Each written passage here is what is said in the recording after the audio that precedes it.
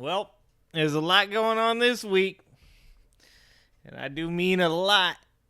This is like one of many topics that could be talked about. We could have talked about Andrew Tate having more interviews. Could have talked about Trump supporters being crazy, but Donald Trump just won it all. Won it all. He upped his career best of 34 felonies with 37 this week.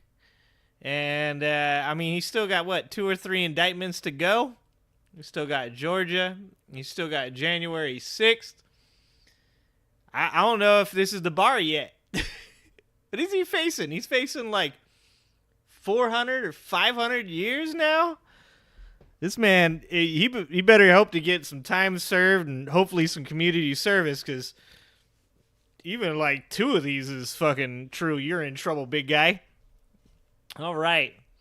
Well, I have read the Donald Trump indictment. I've read both of them, actually, the one in New York and the one in Florida.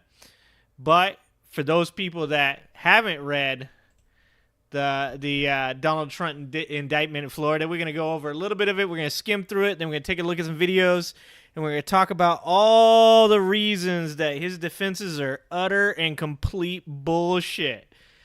I am going to continue to forward the conspiracy theory that Andrew Tate and Donald Trump are the same person and have never been seen in the same room at the same time, because it seems like these two dudes are playing out of the same playbook. They both are 100% about incriminating themselves on TV, on the internet, through discussions with people, in text messages, everything. It's absolutely, positively, holy fucking shit dumb. I cannot believe this. What's happening, Nathan? All right, guys. Here we go. Let's go ahead and let's take a look at the Donald Trump, and also, just so you guys understand, Waltine Nada. First of all, that's a very strange name, Waltine. It's like a Saltine and Walter combined to become Waltine. He is Donald Trump's, I guess they call him a man. He used to be a valet. He was in the Navy before that. He was a valet for the White House, and then he became Donald Trump's man. I don't know what that means, but apparently that means that they hang out a lot. Maybe play PlayStation together and, eat popcorn out of the same bucket. But he is also being charged in this indictment as a co-conspirator.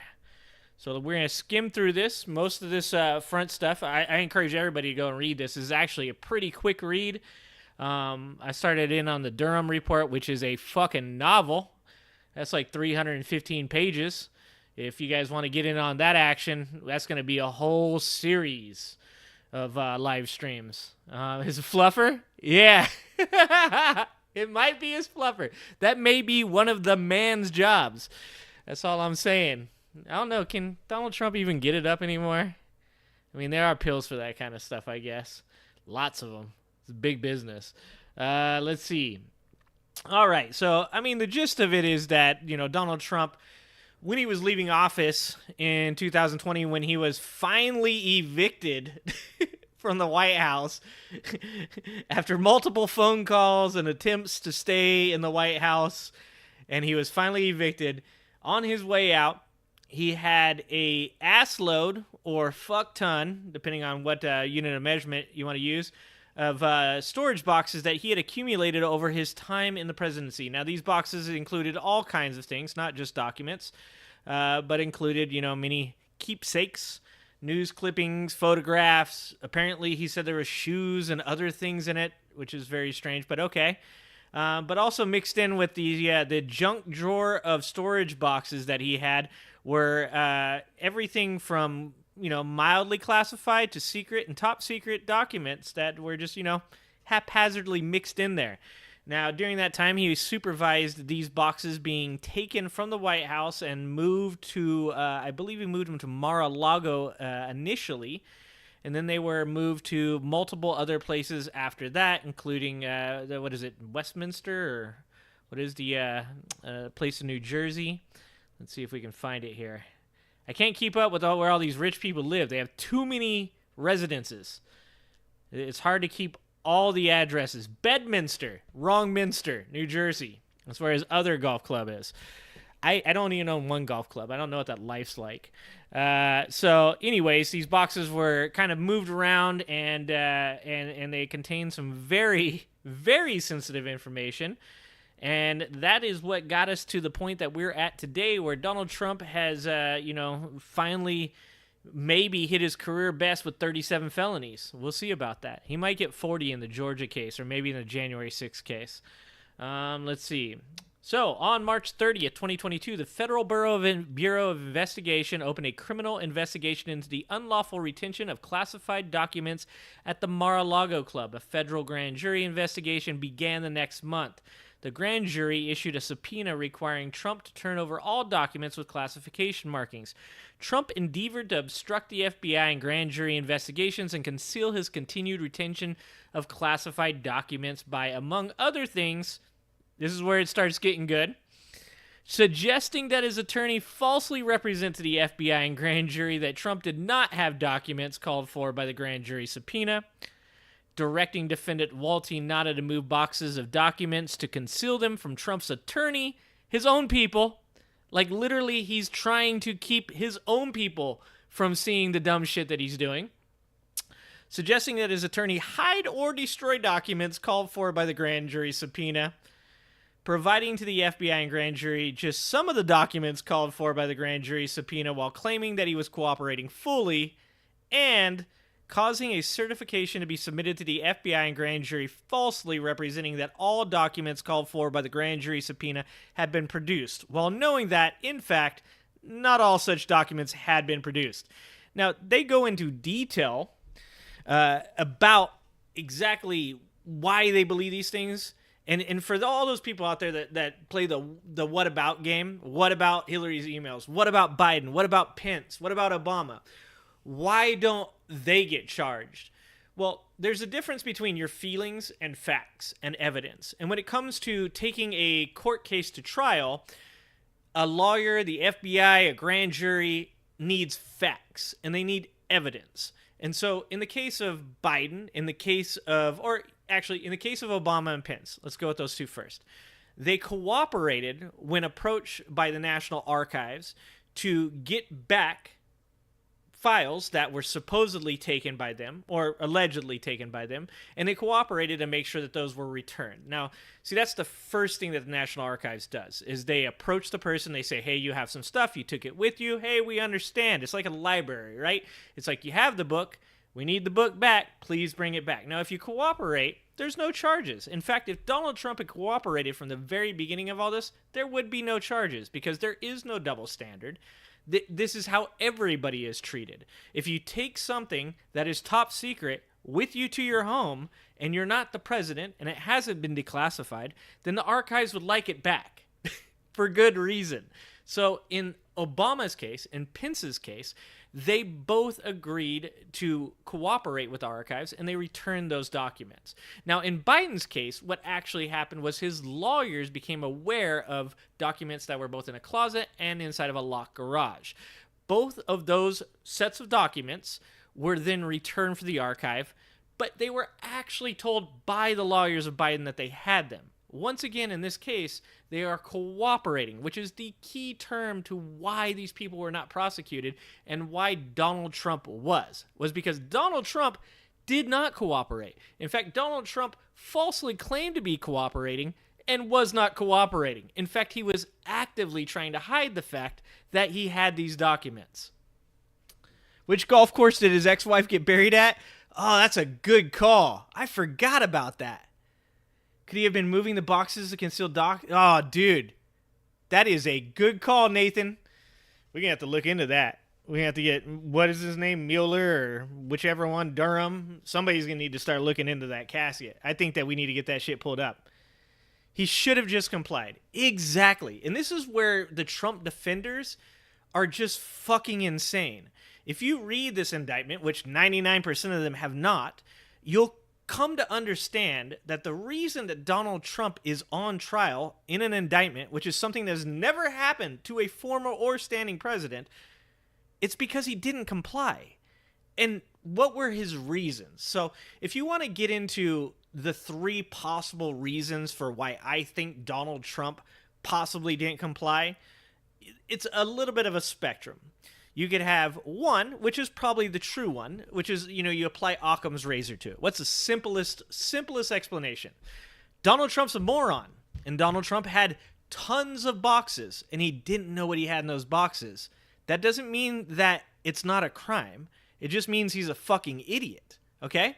So, in my opinion, there's a chance that he had these documents.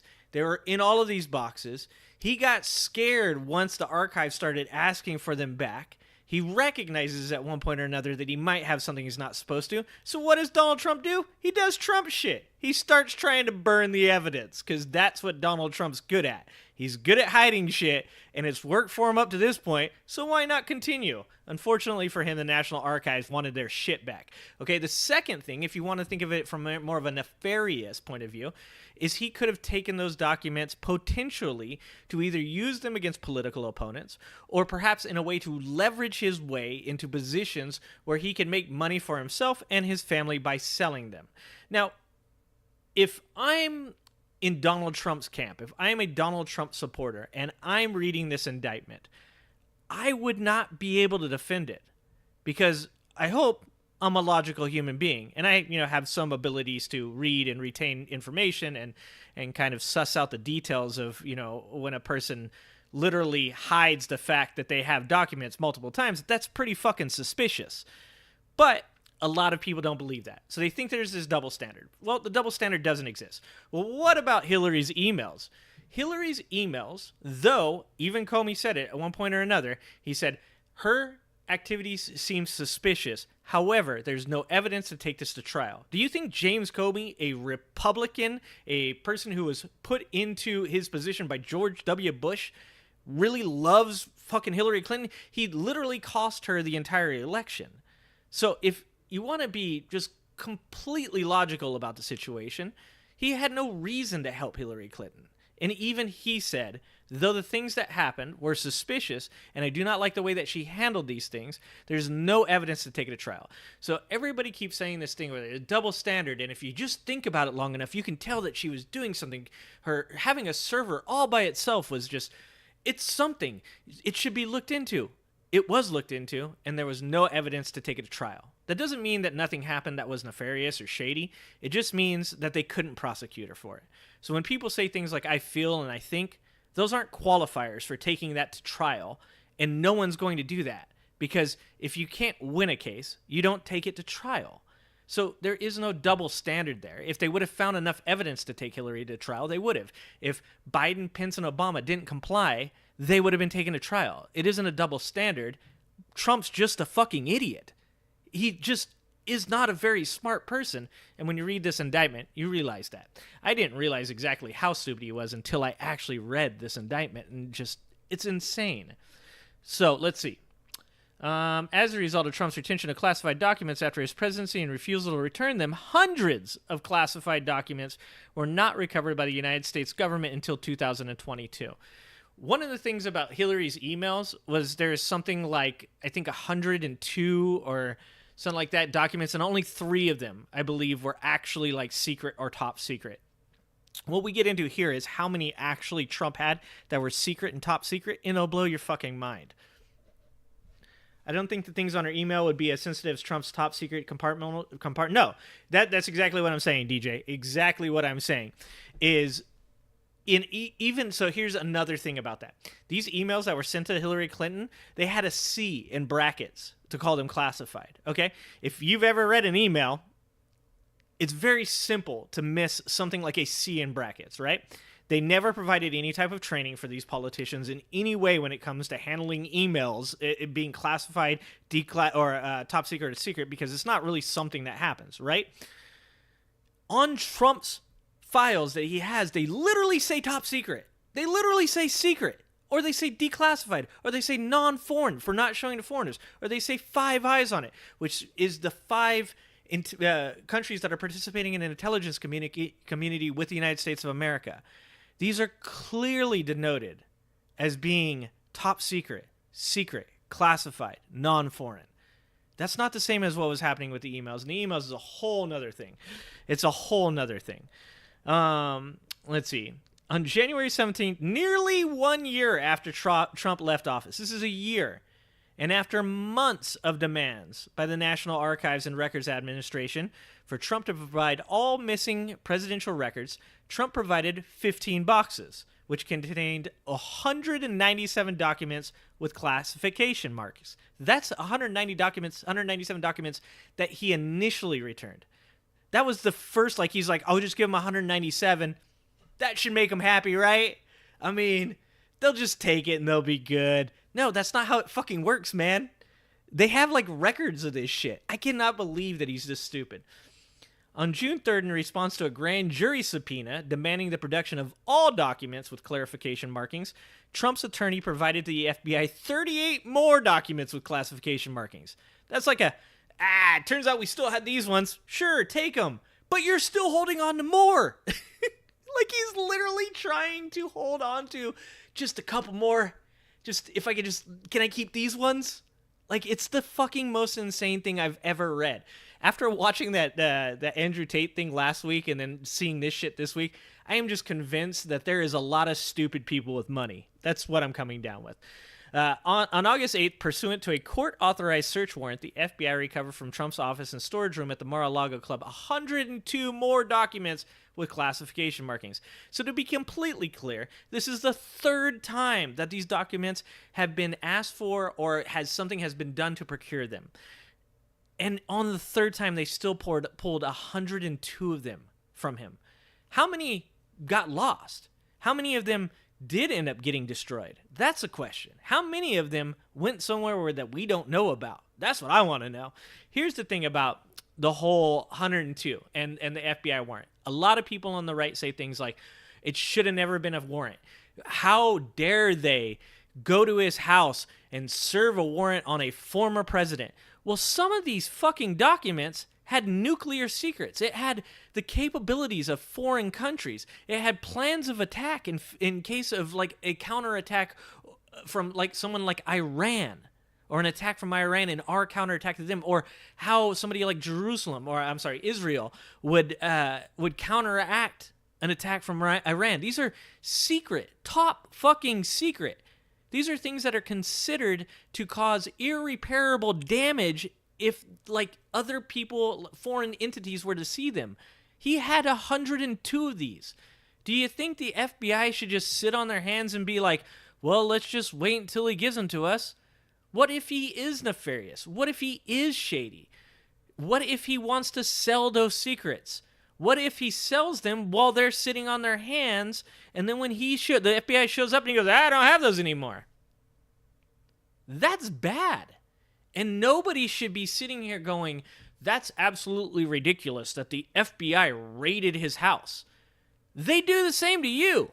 And if you had top secret, dude, they wouldn't hesitate. And they shouldn't hesitate when Donald Trump did it either, because he's a fucking moron. Let's be honest. Reading this, like, I tried for so long to be like, maybe people are just taking a lot of stuff out of context. Maybe he's not that dumb. Maybe he just, is misunderstood, or maybe all these ideas that he's being attacked are correct. I read this indictment. He's an idiot. 100%. I have no questions anymore. The man is a moron. During Trump's term, he strengthened the laws dealing with documents. In this indictment, I think this is one of the most hilarious things. They quote him. When he was coming into office, he literally was saying, I'm going to strengthen the laws when it comes to declassification, when it comes to people mishandling information, because it's an absolute travesty that Hillary Clinton's and her emails almost put all these people at risk. He literally strengthened the very laws that he's about to get indicted for, which I think is both ironic and fucking hilarious. Top secret stuff would never touch the internet where it could be hacked. It's not supposed to. It's not supposed to. 30,000 emails were deleted from Hillary Clinton's server, but those 30,000 emails were actually scheduled to be deleted before that information was subpoenaed, and then the man who was in charge of the server did choose to delete those after the fact. Now, that didn't come from Hillary Clinton. That came from the man that owned the server and managed the server and that deleted the server. And from his own testimony, it was about hairdresser. It was about a bunch of stupid, like, personal shit, which is on a personal server. So, as DJ just said, there's nothing that goes over the internet that's top secret or secret. At the worst, it was something that was classified, and even then, it was never proven. If you can't prove it, you can't go to court over it. He did it after a Clinton affair. Oh, that's hilarious. I didn't know about that. He had nuclear defense secrets and Defense Department plans. Exactly. I mean, this guy, I can't wrap my mind around why he ever thought that he was going to be able to walk away with these documents. Let's see. He goes on to explain who Defendant Nada was. He was a member of the United States Navy stationed as a valet in the White House during Trump's presidency. Beginning in 2021, Nada became an executive assistant in the office of Donald J. Trump and served as Trump's personal aide or body man. That is such a strange term. I don't understand it. Is that like a stunt double? Let's see. Okay, so here we go. Trump's residence, more than 25 guest rooms, 2 ballrooms, a spa, a gift store, exercise facilities, office space, and an outdoor pool and patio. Mar-a-Lago Club had hundreds of members and was staffed by more than 150 full-time, part-time, and temporary employees. These were all people that had access to these boxes. That's fucking insane. Imagine if you work in a restaurant and they just, like, your boss happened to have been like somebody important in the government, and he was like, here, we're going to store all these boxes in the walk-in. Don't look in them. You've got to be fucking kidding me. Who thinks this is defensible? How can this be defensible? He hosted more than 150 social events, including weddings, movie premieres, and fundraisers that drew together tens of thousands of guests. And tell me this, Donald Trump is totally the type of dude that you come to his event and he's like, let me show you the room with a bunch of top secret documents in it. And I'm not making that shit up because we're gonna prove that here in a minute. But he's that type of dude. He's the type of dude that shakes your hand, gives you a drink, and goes, have I showed you the top secret room? You know he is. Ah, Jesus Christ. This is so fucking amazing. All right. So this is an explanation of what exactly it means, right, for classifications. Information was classified as top secret if the unauthorized disclosure of that information reasonably could be expected to cause exceptionally grave damage to the national security that the original classification authority was able to identify or describe. So in other words, if something could cause exceptionally grave damage to national security, that was considered top secret. If information was classified as secret, it was meant to mean that it could cause serious damage to national security. And if it was labeled as confidential, it was unauthorized disclosure of this information may reasonably be expected to cause damage to national security. So at the least, it may cause reasonable amounts of damage. And at worst, it could cause grave or exceptionally grave damage to national security. And he had all kinds of these documents. Let's see. No foreign means no foreigners. There's all kinds of special access programs that goes into this. As part of his official duties as president, Trump received intelligence briefings from high-level United States government officials, including briefings from the director of CIA, Joint Chiefs of Staff, including the Department of Energy, which is the fucking department that handles our nuclear arsenal. That's insane. He was like being told about these things. This is like so scary that well, I didn't vote for him. We as the American people elected this dude. It's actually incredibly scary that we are that dumb.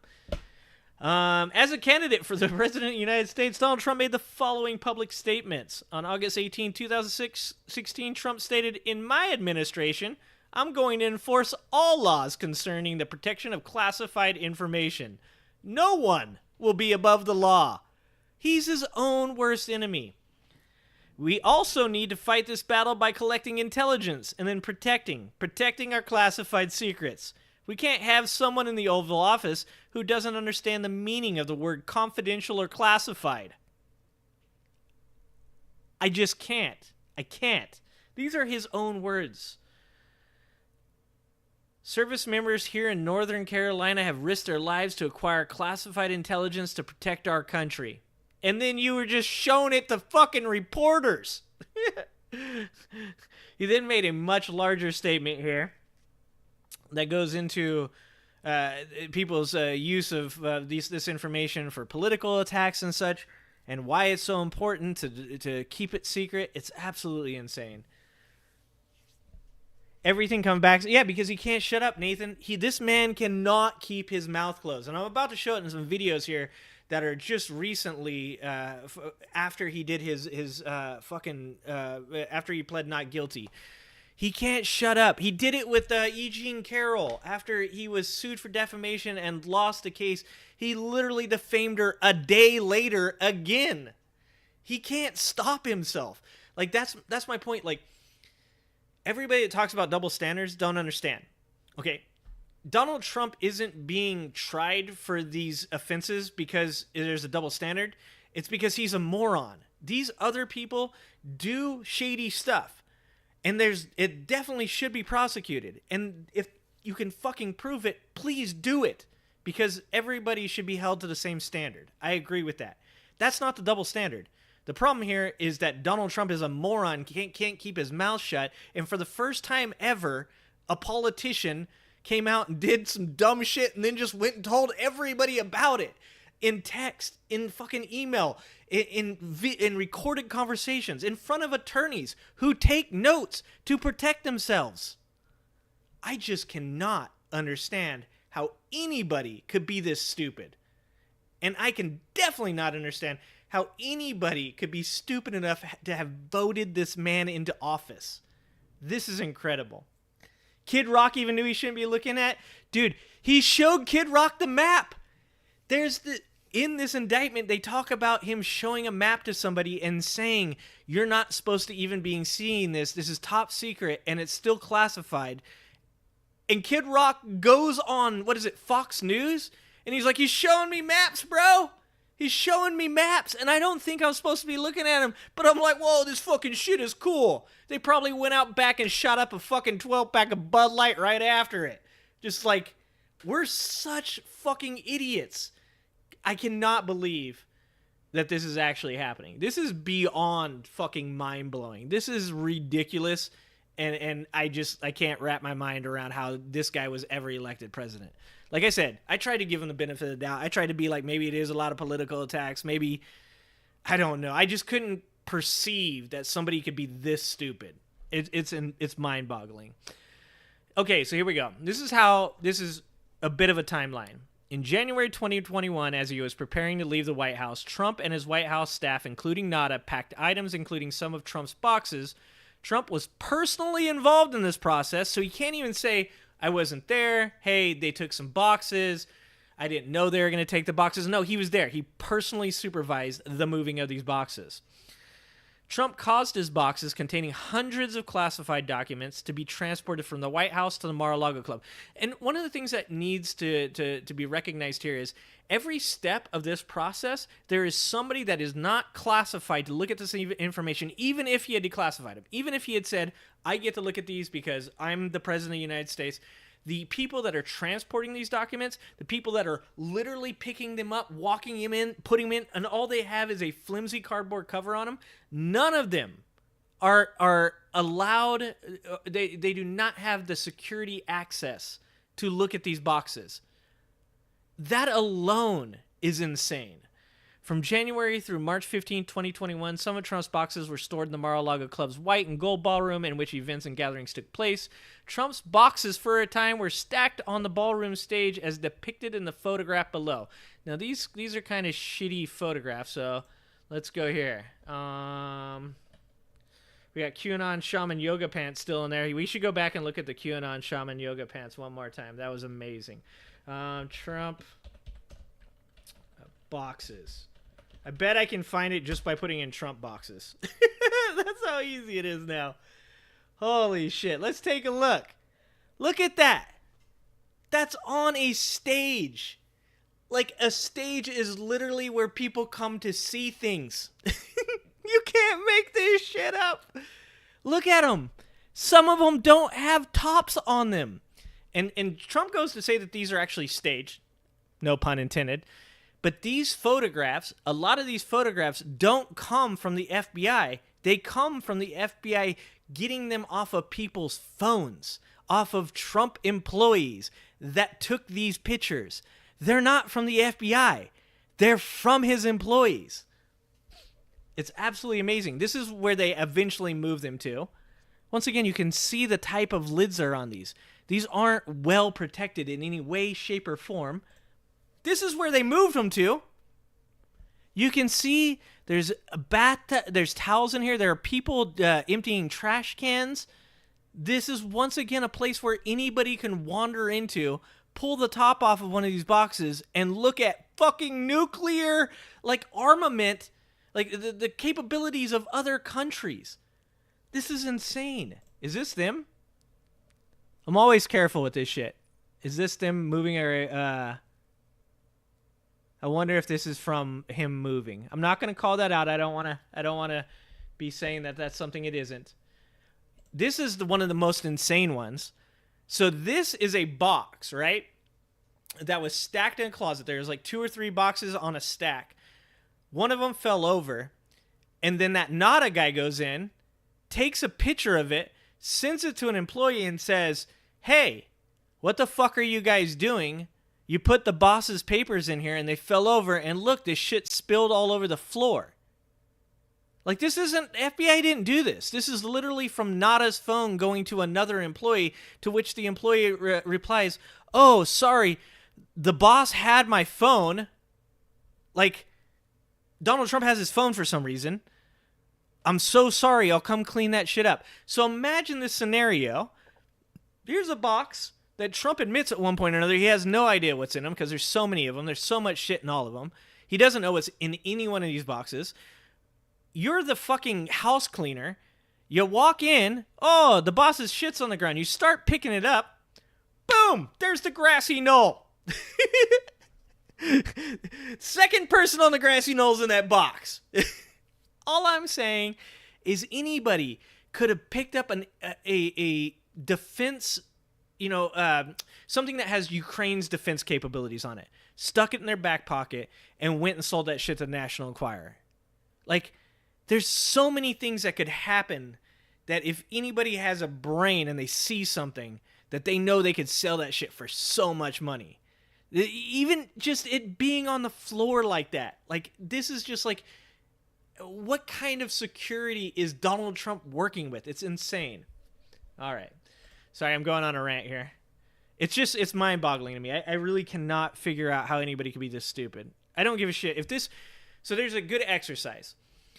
Take Trump's name out of this and put Obama's name in this. Are you still that upset? Yes, 100%. If this was Obama and he did this shit, I'd be like, wow, I thought this guy was so intelligent. He's a fucking moron. I cannot wrap my mind around this. O.J. Simpson was even saying Donald J. Trump. Yeah, O.J. got away with his shit. Everybody knows, because in a trial that you have to in a criminal trial you have to it has to be defined as beyond a shadow of doubt, which is 95%, right? You have to be 95% that they committed the crime. In a civil trial, which O.J. Simpson actually lost, it only needs to be 51% or more, because it has to be more likely than not that somebody did something in a civil case. But in a criminal trial, it has to be beyond a shadow of a doubt. So if you shut the fuck up, you're golden. O.J. can tell you all about it. But Donald Trump can't shut up. Up until yesterday, probably this morning, he's still talking about it and still incriminating himself. Nonstop. They want to put a gag order on him. I'm like, no, don't. Let him keep talking. All of this is permissible as evidence. Even if he decides not to testify, they can fucking put this in the trial. Him talking at speeches. It's insane. Yeah, when OJ tells you to shut the fuck up, you know you're fucking up. Exactly. What's up, Uncle Fatty? God, dude, this is mind-blowing. In March 2021, Nada and others moved some of Trump's boxes from the white and gold ballroom to the business center. That's a good place. Take them to the business center. That sounds like a place where maybe you do a bunch of fucking business. Holy Christ.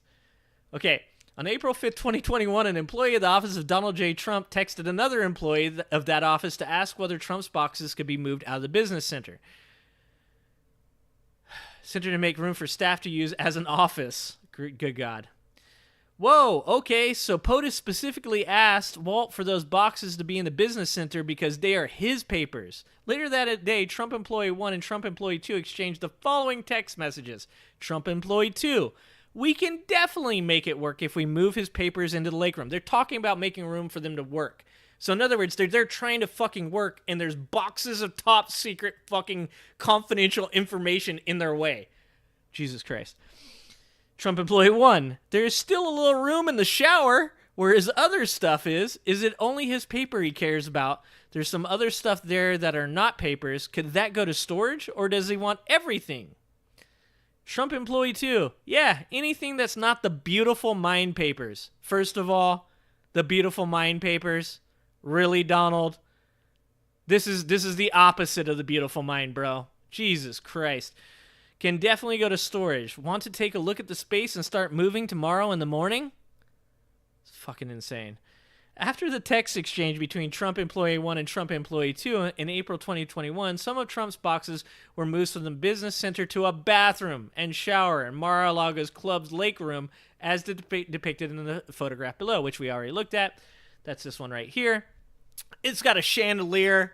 I mean, it is a pretty snazzy bathroom. I don't know. The walls are looking a little dingy, but I'm pretty sure those are some marble countertops. That's kind of a generic-ass toilet, though. Like, I mean, if you're going to go full bore with the chandelier and shit, can we get a gold toilet? I don't know. That's a little sus, in my opinion. Anyways, this is where they move the fucking documents. And by the way, this isn't the Washington Post. This isn't the New York Times. This isn't some journal, some newspaper hit piece. This is a literal FBI grand jury investigation, okay? This is them setting out their evidence to put this man on trial. It's not just some dude that has a story, okay? This is real legal shit. Fuck. I'm going to curse a lot tonight, guys. I'm sorry. It's not safe for work. In May 2021, Trump directed that a storage room on the ground floor of the Mar-a-Lago be cleaned out so that it could be used to store his boxes. Finally? Oh, really? A year later, you're like, hey, let's move that shit. The hallway leading to the storage room could be reached from multiple outside entrances, including one accessible from the Mar-a-Lago Club pool patio through a doorway that was often kept open. The storage room was near the liquor supply closet, linen room, lock shop, and various other rooms. In other words, these where his secure area to put the documents was literally accessible by multiple different entrances. Once again, I'm just trying to explain that if you have top secret documents, they can't be sitting right here next to me. It's absolute insanity. And look, here's the thing, people, what about Joe Biden? What about Obama? What about Mike Pence? Yeah, if any of them do this, please do indict them. Please, if you can prove that they did this shit, do indict them. Because there are literal people putting their lives at risk in foreign countries. There's people in foreign countries putting their lives at risk for the United States of America, that their very security is being put at risk because some fucking idiot doesn't know how to properly store top secret documents. This is real serious shit. This can't just be blown off as being, oh, it's just another hit piece, or it's a political hit job. I don't care for what reason they're doing it. I don't give a shit if this is like a personal attack because Joe Biden hates Donald Trump that much.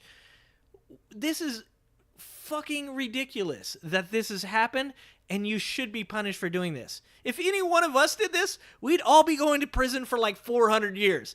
We get Edward Snowden. You better take your ass to Russia like right fucking now if you've done some shit like this, because you aren't getting any kind of special consideration. Your ass is going to prison.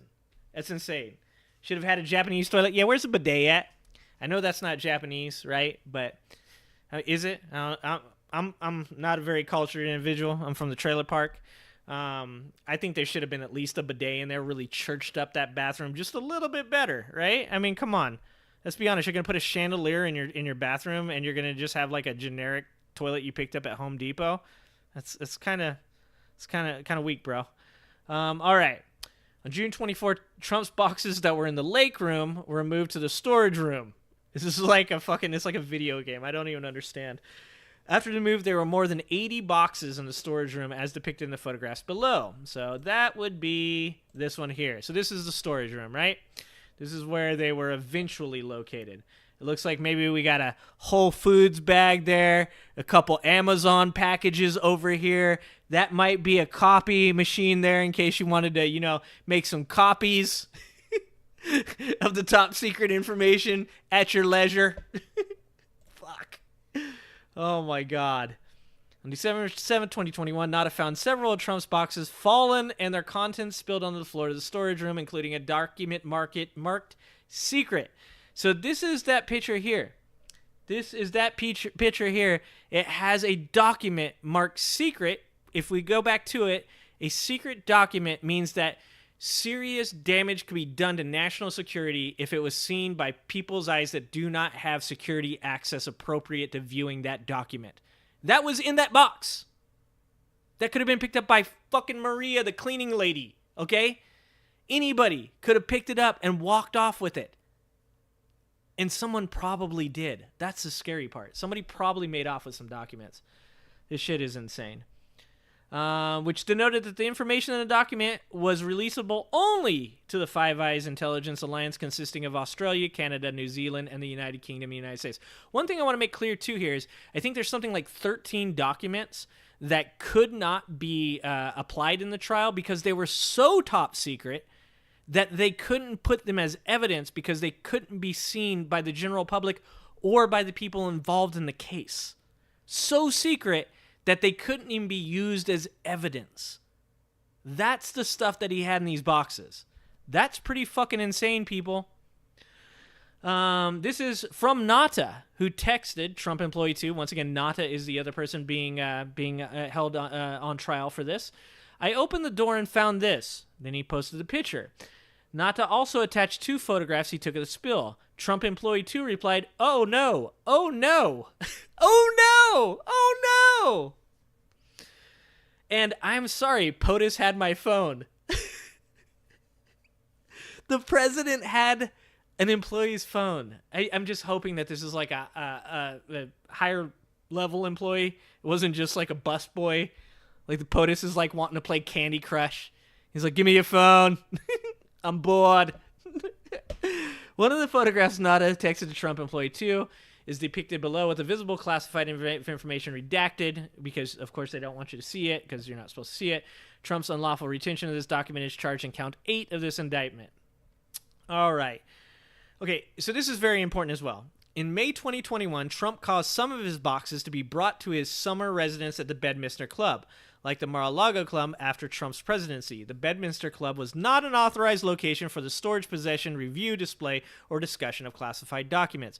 Once again, somebody has to transport those documents from Mar-a-Lago to Bedminster, and I'm guaranteeing Donald Trump didn't throw it in the back of his Accord, okay? Like, he didn't fucking grab the Subaru and load it up and then drive it up there. Like, somebody that did not have any classification to be viewing these documents picked up, once again, a cardboard box with a flimsy lid, throw it in the back of a fucking car, and then drive it to his residence in Bedminster. I don't know how far Bedminster is from Mar-a-Lago, but I'm guessing that's a pretty long drive. When he is no longer president, Trump gave an interview at the Bedminster Club to a writer and publisher in connection with a then forthcoming book. 2 members of Trump's staff also attended the interview. So none of these people are fucking have the security clearance to be aware of this, okay? Before the interview, the media had published reports that at the end of Trump's term as president, a senior military official purportedly feared that Trump might order an attack on a country, and the senior military official advised Trump against doing so. So this is what he says. I'm going to give you a breakdown of why he says this afterwards. Trump says during the interview, well, the senior military official, let me see. I'll show you an example. He said that I wanted to attack country A, which we believe was Iran. Isn't it amazing? I have a big pile of papers. This thing just came up. Look, this was him. They presented me this. This is off the record, but they presented me this. This was him. This was the Defense Department and him. First of all, you know that's Donald Trump by just the fucking quoted text. The man has a very particular way of speaking. The writer, wow. Trump, we looked at some. This was him. This wasn't done by me. This was him. All sorts of stuff. Pages long. Look. Staffer, like he's like, Donald, no. Don't do this, bro. Trump, wait a minute. Let's see here. Laughing. People laughing. Trump, I just found it. Isn't this amazing? This totally wins my case, you know. Except it's like highly confidential. This is all shit Trump is saying. Secret. This is secret information. Look at this. You attack, and by the way, isn't that incredible? Where's the part he gets to here? This is the best part. This is the best part right now. I don't know. We'll have to see. This was done by the military and given to me. I think we can probably write, and he's talking about declassifying it. Declassify it. See, as president, I should have declassified it. Now I can't, you know, but this is still a secret. Isn't that interesting? So he's literally saying that when he was in office, that he wanted to attack a country, and now this senior military official, like a Michael Flynn or somebody else, is saying in his book that Donald Trump wanted to do this. Now, Donald Trump is trying to say, I have evidence that shows that I didn't want to do this, that this military guy wanted to do this. Here's all of this information that you can look at. This is a total Trump thing to do. He then shows them classified information he's not supposed to of this general's plan to defend themselves or attack another country. That is insane. And then, after recognizing that he's showing classified information to two staffers and an interviewer, he goes, haha, whoops, that's classified. I'm not really supposed to show it to you. And then admits he can't declassify it. So all this shit where he says, I could declassify this, they're telling me I couldn't, or I widely had a wide rule, a standing rule that said I could declassify anything that left the Oval Office, went to Florida, is declassified. That's all bullshit, and he admitted to it in an interview that was recorded because he's a moron. Who in their right mind, look, you shouldn't do bad shit anyways, but if you're going to do bad shit, you should at least be good at it. Holy fuck, man. You literally got yourself recorded saying the very words that could get you indicted. He said, as president, I could have declassified it. Now I can't, you know, but this is still a secret. It's fucking mind-blowing. Mind-blowing. And the fact that anybody could defend us, is out of this world. Yeah, former president, I know, I make the mistake of saying president, you know. Look, I'm one of these people. I have a lot of respect for the president of the United States, whether it's my pick for president or not. I have a lot of respect. I have lost a lot of respect for the office. They need to check that coffin. That's what Miss Ma'am, you are onto something as well. Nathan brought that up a little bit earlier, and I think that there needs to be a warrant served on that coffin. I don't know what kind of precedent there is for that kind of shit, but there needs to be a fucking warrant served on that coffin. Someone needs to look at that shit. At the time of this exchange, the writer, the publisher, and Trump's two staff members did not have security clearance or any need to know any classified. So, okay, need to know. Let's explain need to know real quick.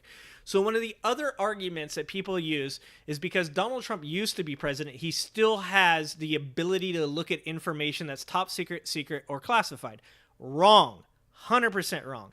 The reason that they think this is they're misinformed as to what exactly a former president can and cannot see.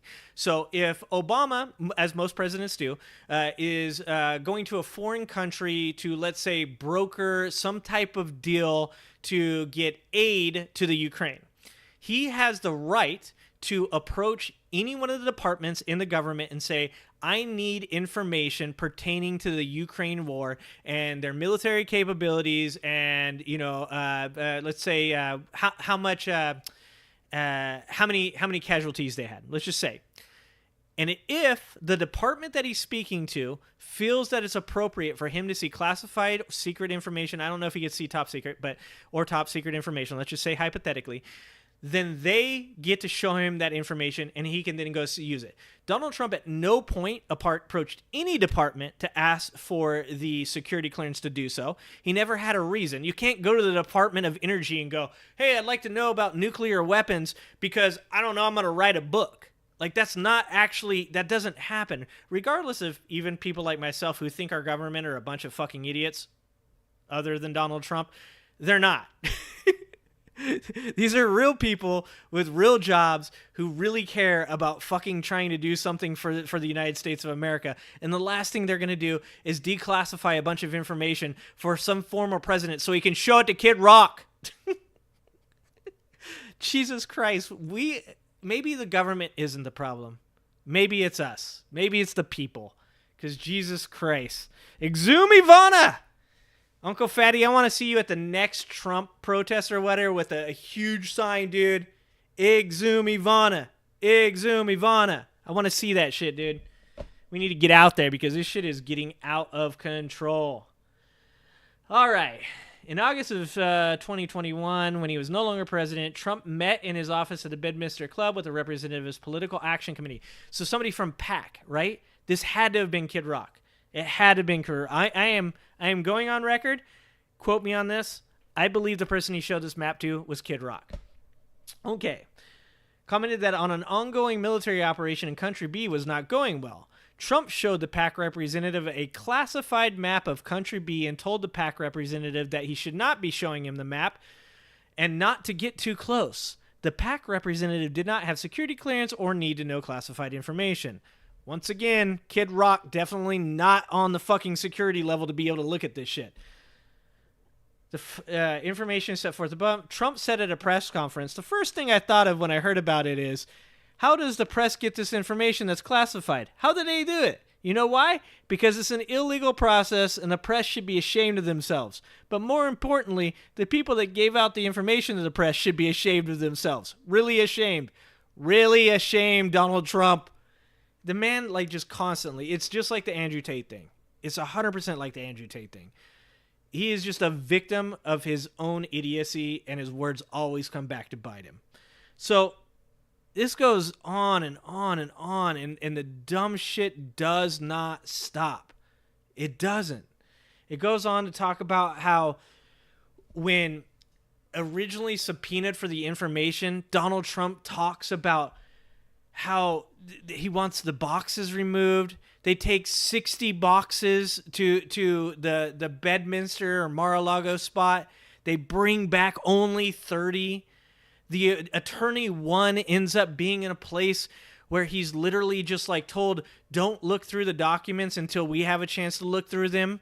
And then when he's allowed to look through them, Trump literally questions whether or not he could just, like, I don't know, get rid of a couple of them. I mean, we could go on and on about this. Is another 4 or 20 pages of this. Let's see. And then they sent the 15 boxes in. I mean, we could go on and on. I could probably do 3 hours just on this, just reading this indictment and the idiocy that goes along with it. These are things that Trump said to his attorney. Now, Trump doesn't understand that attorneys take notes. He literally said in the Mueller report that his former lawyer was a good lawyer because his former lawyer didn't take notes. When speaking to his current lawyer, he said, why are you taking notes? All lawyers take notes because they don't want to be held liable in a trial for anything that their client did. And they want to also protect their client in case he says something and later somebody says that he said it differently. They have notes to show, no, I took down notes. This is what he said. This is what I said. They take all of these notes. This is what he said to his attorney. I don't want anybody looking. I don't want anybody looking through my boxes. I really don't. I don't want you looking through my boxes. B, well, what happens if we just don't respond at all or don't play ball with him? This is him literally saying, what if we don't give them the documents or if we just, I don't know, ignore the fact that they sent us a subpoena? Wouldn't it be better if we just told them we didn't have anything? Like, his defenses are insane. Who thinks any of this works with a government program? Well, look, isn't it better if there are no documents? Yeah, if there aren't any documents, that is the best thing that could possibly happen. However, if you're lying and saying there's no documents, that's not good at all. Bad job, dude. Oh, and here's the best part. God, this blew my mind. So after attacking Hillary, and literally Hillary losing... Now, look, I won't say it's all because of it. Hillary made a couple very big mistakes on her campaign trail, including calling people deplorable that were on the fence. But he attacked her over the email thing. I mean, it was lock her up 24/7. Lock her up, over and over again. This is what he said to his attorney about the guy who deleted all the emails for Hillary. A guy that was... he's like, that guy should go to jail. That guy should have flipped on her. That guy should have this. That guy should have that. He's a terrible human being. This is what he said to his attorney about that guy. He was great. He did a great job. You know what? He said that it was him, which he did, that he was the one who deleted all of her emails, the 30,000 emails, because they basically dealt with her scheduling and her going to the gym and her having beauty appointments. And he was great. So she didn't get in any trouble because he said that he was the one who deleted them. He's literally telling his lawyer, wouldn't it be really cool if you did for me what that dude did for her? How do you spin this any other fucking way? Anybody, if there's somebody in chat right now, explain to me how you can spin this in any other way than he was literally asking his attorney, can you do this for me, bro? Can you take us all? This is exactly what he did with Michael Cohen with the fucking hush payments. In every case where someone is indicted and goes to jail because they paid hush money for somebody, the person they paid hush money goes to jail too. In that case, he didn't because he was a standing president. I don't understand. And not only did he say that once to his attorney, he actually said it multiple times on the same day. Can't you just do this for me, bro? Can't you just do this for me? It's absolutely insanity. I don't see how this could even happen. At one point, a person from the Trump family, probably Melania, let's throw it out there, Melania, because it was a Trump family member that apparently was in his room. I saw you put boxes in the president's room. Just FYI, and I will tell him as well. Okay, this is literally his wife talking, okay? Not sure how many he wants to take on Friday on the plane. We will not have a room for them. We will not, in all capitals. This is his wife. It's his wife. She's like, fuck this. We're not taking all his boxes with us. We will not have a room for them. Plane will be full with luggage. Thank you, with an exclamation mark. To which he responded, good afternoon, ma'am. Thank you so much. I think he wanted to pick from them. I don't imagine him wanting to take the boxes. He told me to put them in the room and that he was going to talk to you about them. This is clearly him speaking to his spouse, in my opinion. The boxes of secret documents, once again, are being stored in the room. Do you think Donald Trump cleans his own room, or do you think he has a cleaning staff? If you're on the right and you think that he cleans his own room, you've lost your goddamn mind. And then he wants to take them with him like it's like fucking like his laptop or a book on the plane as he goes to summer in Bedminster. How do you defend any of this? How do you defend any of this? Anybody, somebody, tell me how you defend any of this. It goes on to talk about how you made plucking motions as though, couldn't you just get rid of them for me? Now look, that's defensible in court, and I bet you that's the one place that he will win is, I didn't make that. The attorney that was clearly misunderstanding what I was telling him. 100% he'll win that. Okay, so another part. So he has 3 attorneys, right? Attorney 1 is the one that actually came in and looked through the documents after Donald Trump had taken 60 boxes of them, only returned 30, and only let him look through 30 of the boxes of like something like 80 or 100 boxes that were there. He then pulled like a file of these documents out of it. He said, hey, these are the things that, need to go back. They're designated classified. They're designated top secret. They're designated secret. Donald Trump literally said to him, can't we just I don't know, make some of them disappear? What if they just went away? Okay. Literally said that shit. But to make it even worse, after all of that is done, so you have to have the FBI come. The FBI comes, they take the documents from you because, once again, you can't just give these secret documents to a dude to throw in his Corolla and drive over there, okay? So the lawyer has an FBI agent show up at Mar-a-Lago. Attorney 3, that had nothing to do with anything, had never seen any of these documents, had no idea about any part of this process, shows up to certify that all of these things have happened. A diligent search was conducted of the boxes that were moved from the White House to Florida. B, this search was conducted after receipt of the subpoena in order to locate any and all documents that are responsive to the subpoena. And C, any and all responsive documents accompany this certification. So, first of all, because of this indictment, we know that there was multiple other documents that were still there.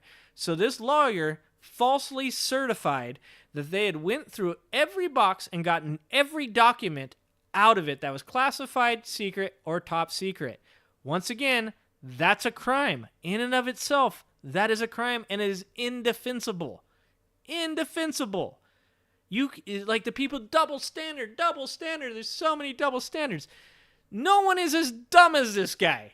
The rest of these people were smart enough to do shady shit and be good at it. I'm not saying that's okay. I think it's fucking terrible. And I think that maybe, just maybe, we need smarter people on the other side investigating these people. But they're not this dumb, and that's why he's on trial. Because if he was half the fucking shady politician the rest of these guys were, if he was halfway, he is a shady politician.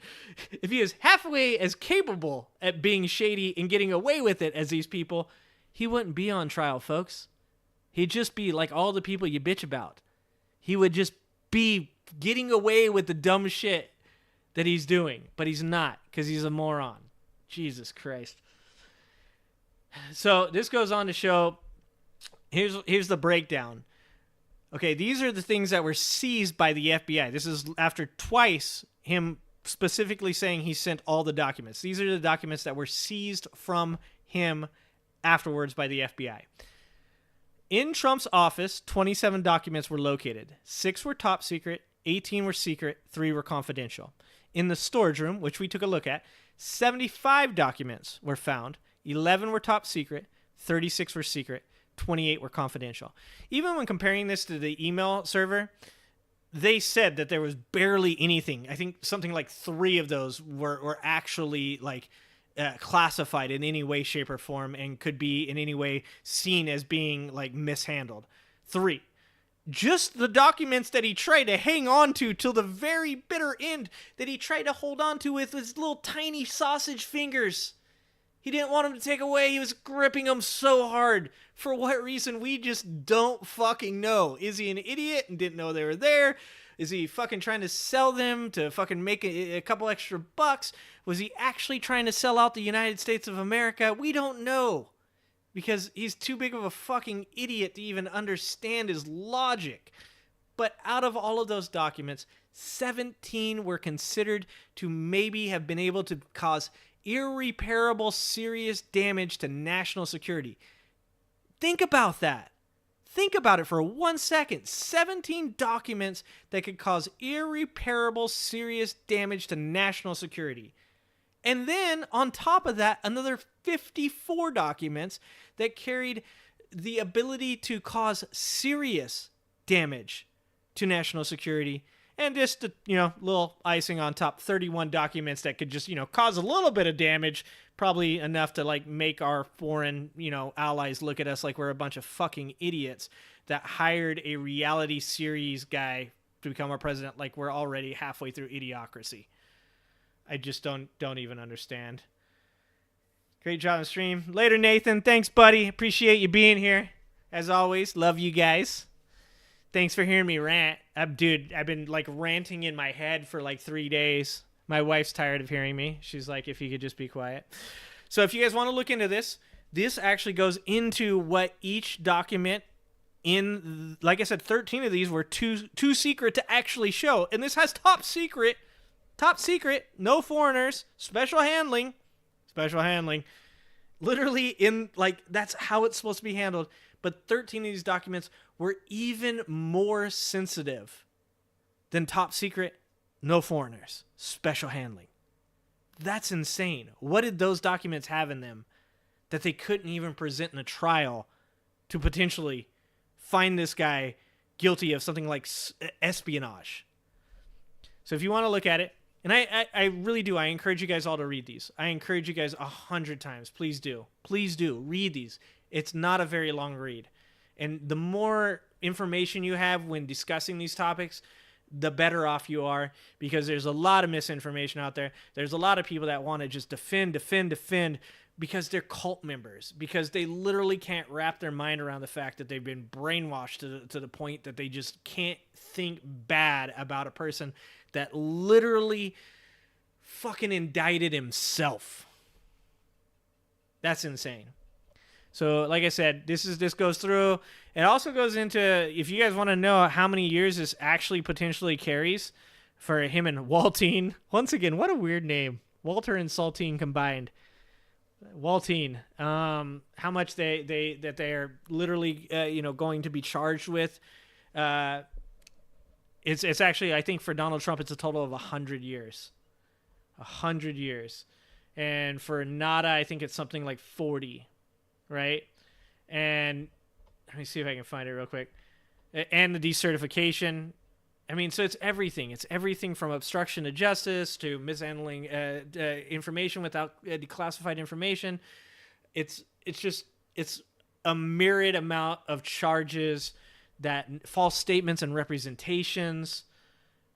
Like, they literally have him right here saying it on tape, guys. But I'm not going to make you just sit here and listen to me rant. We're going to take a look at a couple videos. First, I want you guys to hear what Mike Pence had to say about this, because, it's really funny listening to all the Republicans kind of go off in the different ways in which he's either defended, or the different ways in which they try to act like they're not defending him. Like one of the, what is it? The guy with the crazy name that's a Republican, Viva something or another, that's running for president. He literally said if he's elected, he will pardon Donald Trump. Like, that's how he's going to try and get elected, right? Like, he's going to try to get votes from people to say, if Donald Trump gets put in prison, I will pardon him. Like, how anti-American is that? That's fucking insane. If this guy literally, is going to be indicted and put in prison for something that he self-incriminated himself for, and we're running on, I will pardon that person for you because I know you guys love him so much that you'd vote for me if I did. That's mind-blowing, guys. So let's hear what Mike Pence had to say about this. Uncle Fatty, I gotta link some of your videos, because that shit's hilarious, bro. Those videos just crack me up so hard, dude. But what do you call him? Mr. Mother, or Mother President, or Mother Vice President? Dude, fucking cracks me up. We might play one of those videos. The thing of classified materials is a very serious matter, not only from my years as Vice President, but also my years on the International Relations Committee. And look, I had a chance to review the indictment over the weekend, and this indictment contains serious charges, and I cannot defend what is alleged. He cannot defend Mother's husband. There it is. There it is, Uncle Fatty. Dude, you guys got to go watch Uncle Fatty's videos. They're hilarious. That shit gets stuck in my head, too. Cannot defend. Even Mike Pence, Mr. Well, let's just see what happens. And like the dude who literally, they were like, let's kill this motherfucker. And he was like, a lady got killed trying to fucking go through a door to try to get to him. Like, this dude still stood up for Donald Trump after all of that shit. And now he's like, I can't really defend that shit. I don't know. I will tell you, as not only as a former vice president, but also my son's a Marine. My son-in-law is a Navy lieutenant. I mean, the very prospect that what is alleged here took place, creating an opportunity where highly sensitive classified material could have fallen into the wrong hands, even inadvertently, that jeopardizes our national security. It puts at risk the men and women of our armed forces. And as I said, I can't defend what is alleged, but the former president has a right to his day in court. The handling of classified... And 100% he does. He has a right to a fair trial. He has the right to his day in court. But even Mike Pence can't defend you, big guy. Even Mike Pence is like, ooh, shit. Mike Pence was like, we could have went full Handmaid's Tale and stuff, bro, but you ruined it. You ruined it. Like, now we can't even hang out anymore. Like, Like, I can't be seen in like the same place as you. So anyways, there's a lot going on here. Let's take a look at. I want to look at this David Pakman one. This is him after. Okay, this is after he's pled not guilty to the actual indictment, 37 felonies or 37 flavors, as my buddy Uncle Fatty said there. This is him afterwards. So keep that in mind. This booked and arraigned permissible for 37 felony counts related to classified documents that include obstruction and other crimes. Trump flew back to his resort in New Jersey, Bedminster, and he gave a speech. In this speech, Donald Trump actually admitted to some. Also, if you don't subscribe to Dave Pakman, go subscribe to Dave Pakman. Dude does great job. He's one of the, like, in my opinion, he's politically savvy. I like his opinions. I think that we live in a world of some extremism, and I like hearing Dave Pakman. I think he's got a real logical way of talking about seeing things, and I really appreciate his point of view. So if you haven't subscribed to Dave Pakman, please subscribe to Dave Pakman, like his videos, watch his videos. They're very, very good information. Some of the crimes he is accused of, misstated the law under which he is being prosecuted, wrongly said other people also committed the same crimes, which, by the way, it's not really a defense to say other people have also committed these crimes. It's right. Can we get on the same level with that? Is that like just saying that like somebody else did bad shit isn't like a defense for you doing bad shit? Just another form of an admission.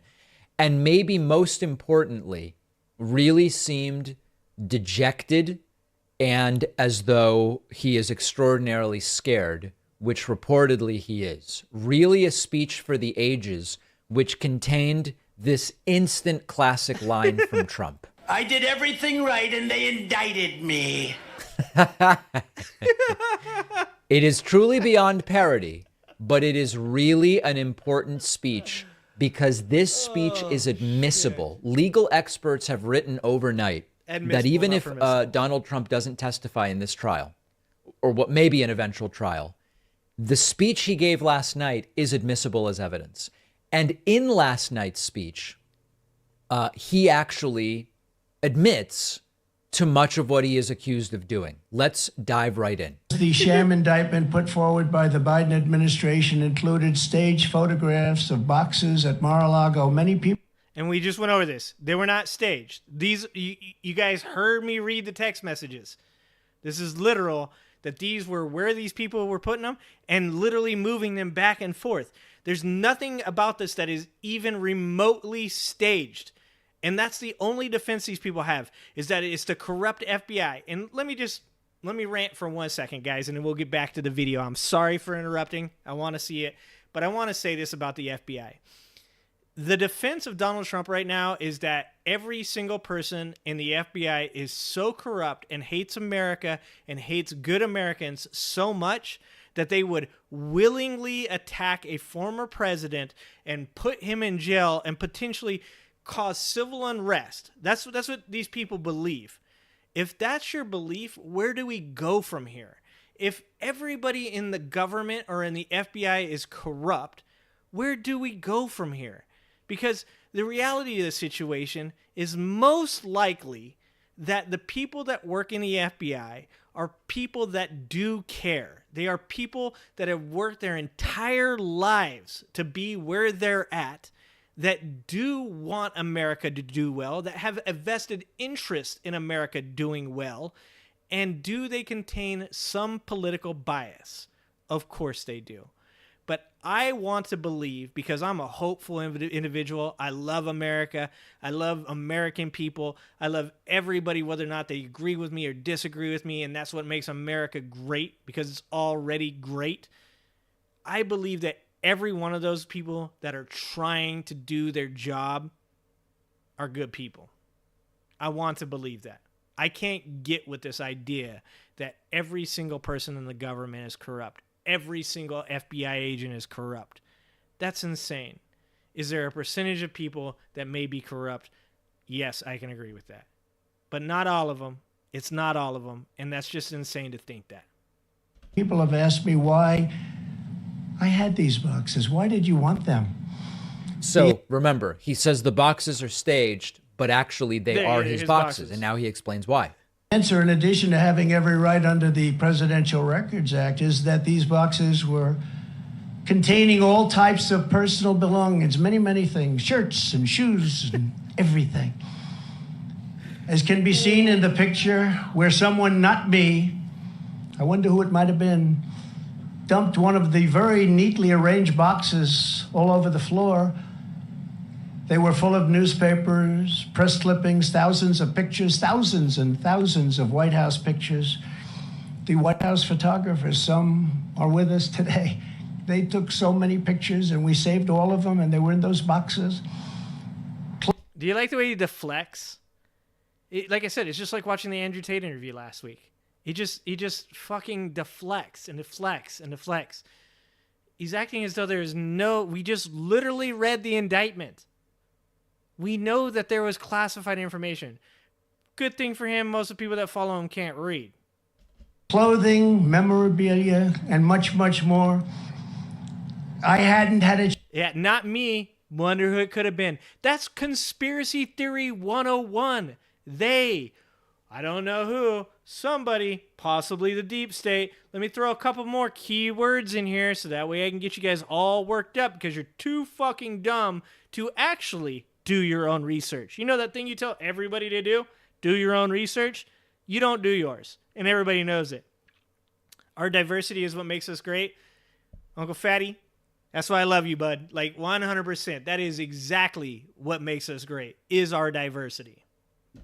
Chance to go through all the boxes. It's a long, tedious job. It takes a long time. So understand that amidst the bad audio and the sniffing from Trump, there are a bunch of different defenses there. It's hard to keep track. He declassified them when he was president, except this doesn't have to do when he was president. The FBI planted them. He called them planted boxes. But ultimately what Trump is saying is, it was my right to have those. I simply hadn't gone through them yet because I was really busy. That is an admission to some of the critical facts that I don't believe his lawyers are even looking to stipulate if this eventually goes to trial. Trump. Yeah, I mean, he's just incriminating himself over and over again. But is this not what appeals to people, right? This is what appeals to the people that vote for him, is they're like, oh yeah, that's just like us. Like, I wouldn't have time to go through. That's like the arguments they make. Could you go through that many boxes? Could you? Yeah, could you? Ha, gotcha. Like, that's fucking dumb. That's not even how any of this works. Trump digging his own hole. Trump then referring to his rights as president of the United States. But again, it's really important to understand Trump's getting himself into more trouble here because he is not indicted for his conduct as president of the United States. The president enjoys unconstrained authority to make decisions regarding the disposal of documents. The problem is, this is not for things Trump did as president. And what a pause moment, dude.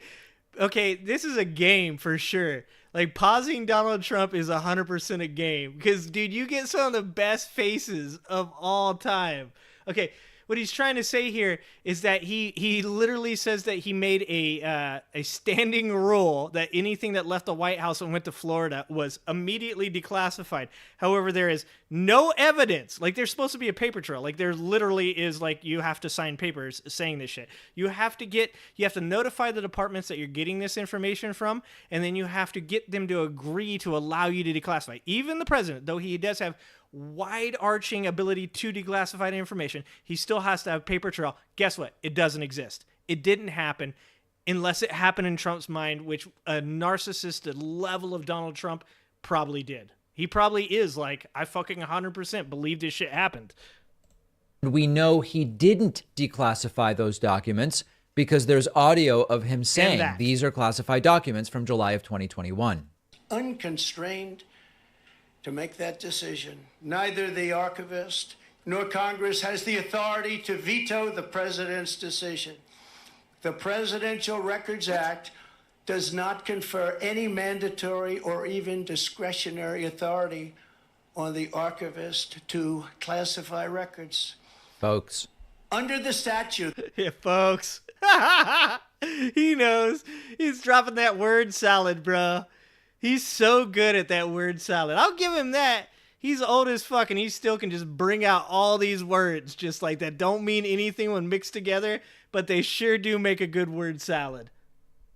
But this responsibility is left solely to the President of the United States. Think of Donald Trump was not president when he committed the alleged acts for which he has been indicted. This is, it seems like just Trump reading stuff off of one of the very teleprompters he criticizes others for using. It seems like it's just more of that. But legal experts have looked at that 37-second video clip and come away realizing Trump is admitting to crimes, and he is also stating law, Presidential Records Act, I guess we can call it law, that is not the law under which he is charged. And Jack Smith, the special prosecutor, has Trump on a recording saying that the things he had were still classified, meaning he knew he did not declassify them. This is going to become evidence. After bemoaning the politically motivated prosecution against him, in which he claims Joe Biden was involved, even though there's no evidence Joe Biden was involved in it, Trump actually says out loud, if he becomes president, he will go after the Bidens for politically motivated reasons. Look at this. I will appoint a real special prosecutor to go after the most corrupt president in the history of the United States of America, Joe Biden. And the entire Biden crime family. Name a special prosecutor. Now, you understand that people in the background are yelling, lock him up about Joe Biden? Dude, that's what I was about to say. It's like the three short grunts. Three short grunts. Three short grunts. Oh my God, these people. Dude, you guys are, I'm trying to still have respect. I'm trying to like still fit you somewhere in my head where like, I don't know, at best now I can say that you guys made a bad decision and now you're just following, what is it? Following good money with bad, or following bad money with good money. Like that's the best I can give you guys now. I'm sorry, but if you support this shit, man, I don't know what else to do. I don't know what to say anymore. I got no more defense for you.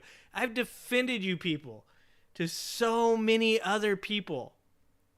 Cults love a good chant. Yeah, they do. Three short grunts.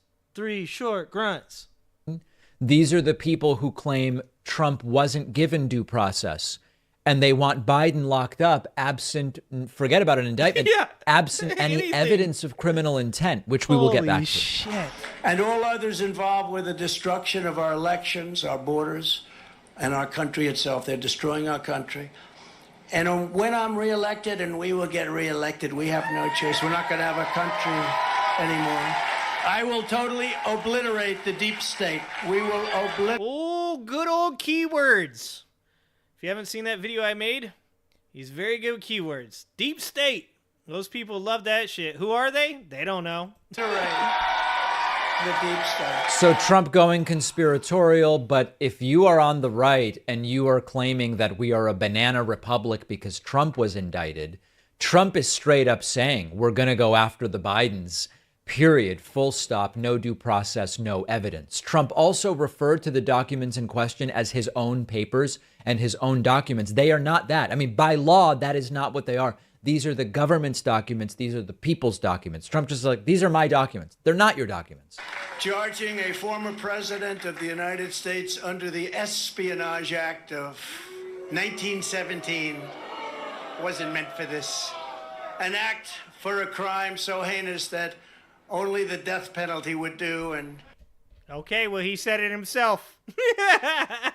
I mean, once again, are his words going to come back to get him? You call for it, bro. Threatening me with 400 years in prison for possessing my own presidential papers, which just about every other president has done. They are not Trump's papers. They are not Trump's papers. Sort of mob-like Trump attacking the wife of Special Prosecutor Jack Smith. Just going after his wife. He's a raging and uncontrolled Trump hater, as is his wife, who also happened to be the producer of that Michelle Obama puff piece. It was total puff piece. This is the guy I've got. Yep. going after the wife of the prosecutor, claiming that the DOJ evidence was staged. No other president, even those who kept far more documents than I, has ever been even investigated. Wrong. They were investigated by the National Archive that said, hey, give us our shit back. And they were like, oops, we better give us your shit back because we don't want to be indicted. Let alone charged with a crime.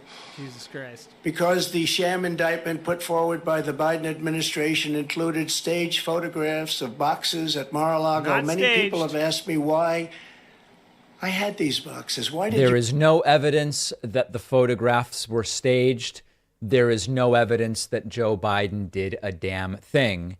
And then lastly, moving...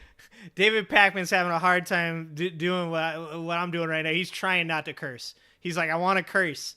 I want to curse so bad. Dave, I got you, bro. It's fucking dumb. It's fucking dumb. on to Biden and Hillary did it too, which is not a defense. His Corvette is stored. He's so proud of that car. There was no security and the door was left open most of the time. It was open. How do people fall for this shit? It's just boggles. This is why I do this live stream and this YouTube channel, is because cults are very interesting.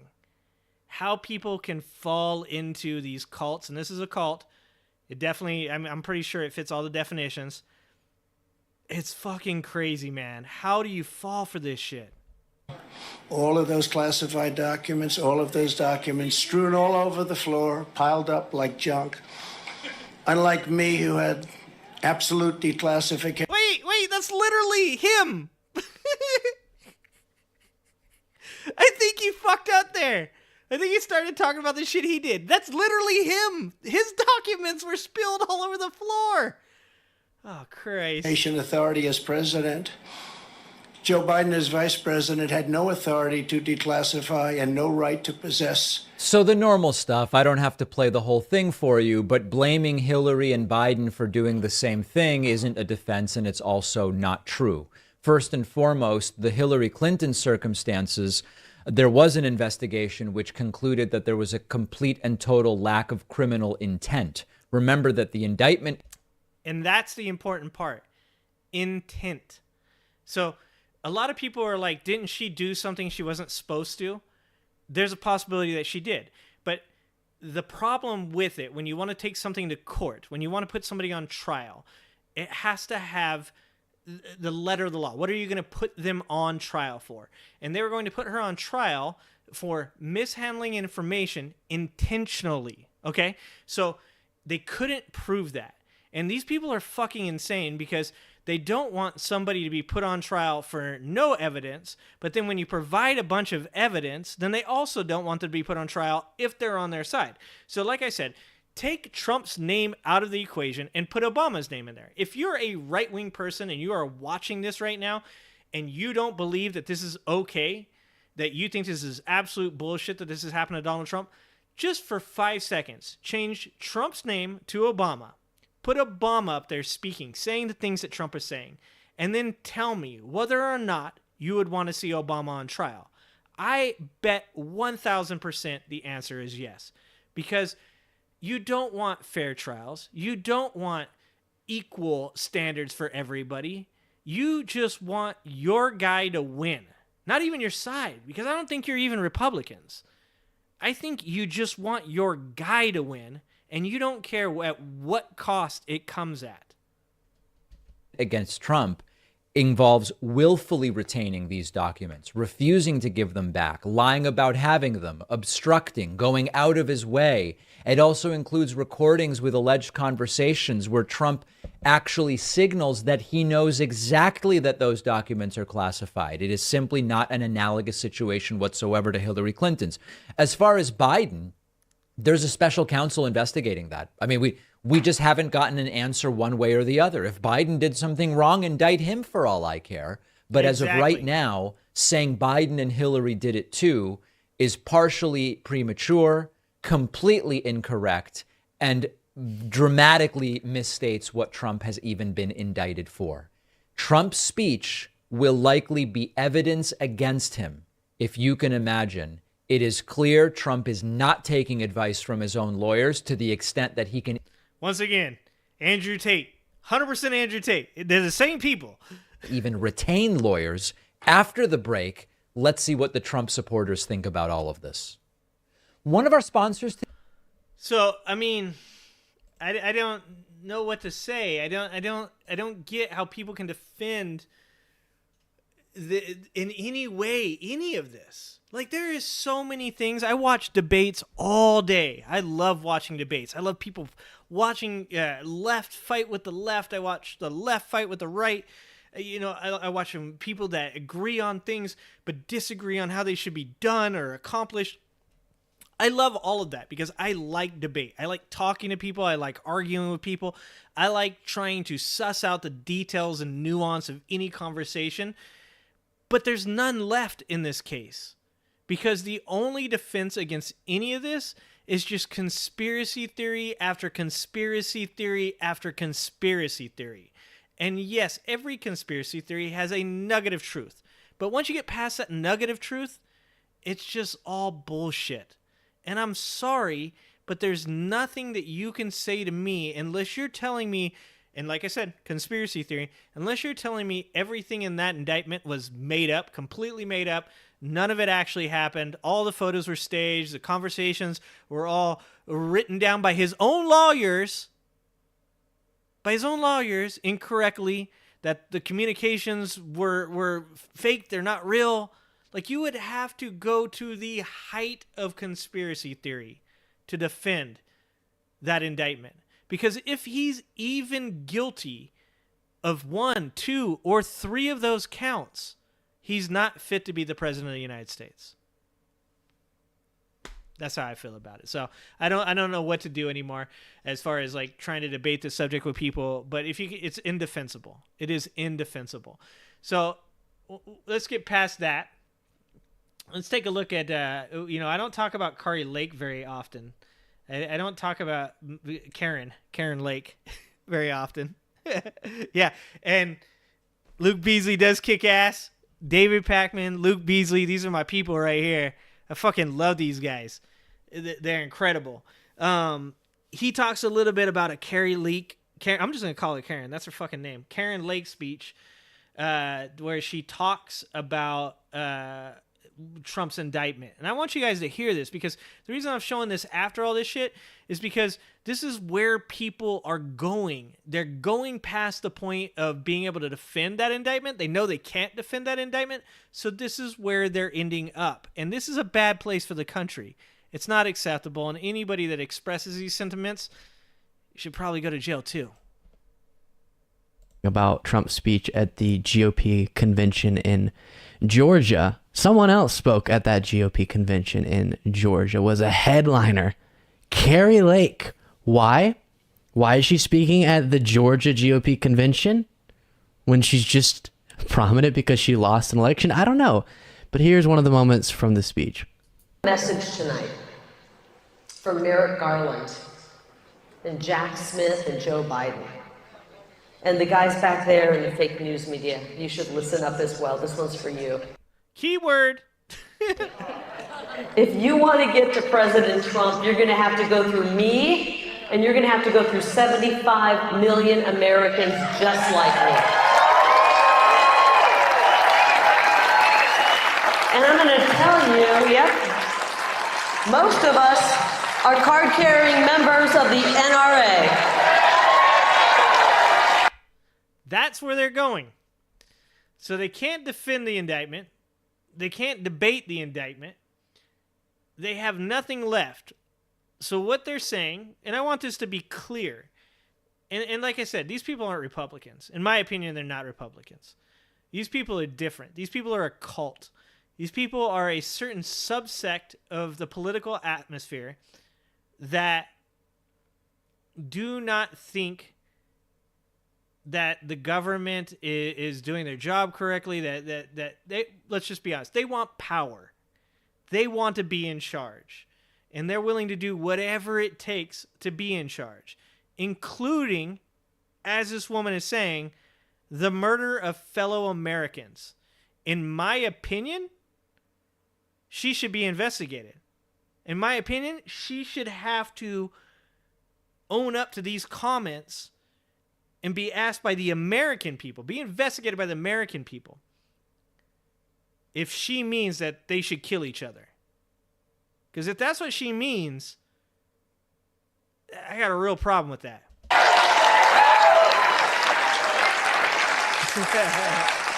That's not a threat. That's a public service announcement.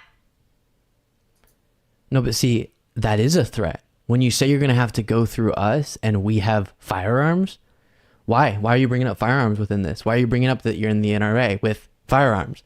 To make the point that violence might be necessary. That's what she's saying there. Deranged and dangerous. And apparently, as I mentioned, kind of introducing this clip, who is she? Why is she so prominent? Because she ran for something, lost, and then claimed that she won. So now you can just say the most provocative things possible within the GOP, run for something, lose, and pretend that you won, and that can make you a star who's getting invited to all these different events as this prominent figure. And then, as she's continuing trying to create this brand of, what do you have to do to stay relevant? Say something like that within this current MAGA GOP. Saying that we have firearms to defend Trump from prosecution. And that's what I'm saying. These people are different. Because Republicans do lose their races, right? I mean, Sarah Palin lost. She kind of was a little bit of a poor sport about it, but she eventually supported the other candidate, right? These people are different. They're not just conservatives. There's something a lot different about them. Because every time one of these people loses, they become like the biggest celebrity. It's almost in their best interest now to lose because they garner more support from people. They garner more money and power from people by losing their election and then claiming it was rigged. There's so many people in our society right now that are completely and totally mentally ill that when somebody loses an election, all they have to do is come out and say, it was rigged, it was bullshit, deep state, throw in 3 or 4 more keywords, say some kind of amalgamous bullshit about how they're standing between you and the government, and the next thing you know, they have all kinds of power and money. That's weird. That's not something we've ever encountered before. This is new. For obvious violations of the law, read the dang indictment. Yeah, so Luke, I will say, I don't think you're being particularly charitable to the rightful governor of Arizona, Kari Lake. I mean, no, I mean, it's absolutely ridiculous. That's the other thing.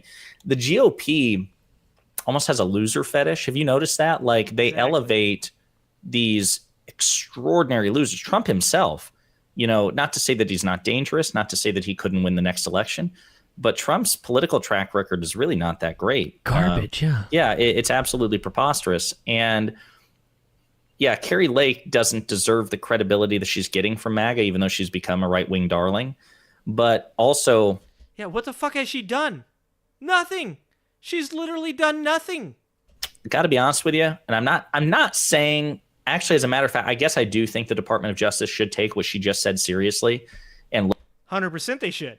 100% they should. Look at it. As a matter of fact, I would love to see her react to the Department of Justice taking it seriously because, hopefully they're. She would probably spin it, though. If the Department of Justice went to Kari Lake's house, guarantee she would turn that around and use it to grift more money from her supporters. Grounds by which that she gets a knock on the door from the FBI saying, hey, what about what you just said? That was kind of sketch. But I don't think Merrick Garland's particularly troubled personally by Kari Lake. Not Kari Lake, but the audience in which she demands, because this is the exact type of rhetoric that we heard from Trump, that we hear Kari Lake trying to be a little Trump 2.0. In the build up to something like January 6th, where people are told your country's being stolen from you. Sure. This is political persecution. Trump did nothing wrong, but they're going to lock him up. And we, as card-carrying members of the NRA, have to stand in between him and prosecution. That is as dangerous as it gets. And we talked about previously, another example of the double standard between the GOP and the Democratic Party. If whenever there's been situations where a Democrat has said something that's just 13 miles away from maybe being promoting violence, sort of, not really. Like Maxine Waters, Republican or Exactly. Democratic Congresswoman Maxine Fox Waters. News loses their mind for days and days and days, and this is, and we saw this too with statements made about, it doesn't matter. We've seen this many times. I don't need to get into examples, but because I don't want to get into a debate about whether or not that particular example was anything relevant. It's not as big of a deal as something like this, and no one on the right will care. Absolutely. Yeah, we have firearms, and we've heard this before too with, I can't remember, I think it was Matt Gaetz said something like, big tech is coming for our rights, and that's why we have a Second Amendment, or something crazy. Just calling people to violence, and then if they get pressed on that, if she got interviewed and got asked, why did you call people to violence? She would go, oh my gosh, so hyperbolic, fake news. Well, yeah, it's so listen, just to clarify, I agree with everything you said. She herself is only the problem in as much that she is a feckless, ideologically, like, I wouldn't even say she's ideologically driven. I just think she's somebody seeking attention because apparently she had like a public career prior to this as a reporter and didn't demonstrate anything like the insanity she does now. No, and that's the thing is, like, all of these people have a fucking origin story. They all have like an origin story. They're like, used to be a reporter, and now all of a sudden she's saying crazy shit that she's never said before in her life. It's because they realize that saying these controversial things will elevate them to a position of power and authority, which comes with a lot of money, because these people will donate everything because they're afraid. I've said this a million times. It's fear, fear, fear, fear. As long as they can drive you with fear and get your money from you and get like positions of authority from you, that's what they're going to do to these people. And these people are so weak-minded now. And maybe a lot of it even is because they've been under assault for so long, or they believe they have.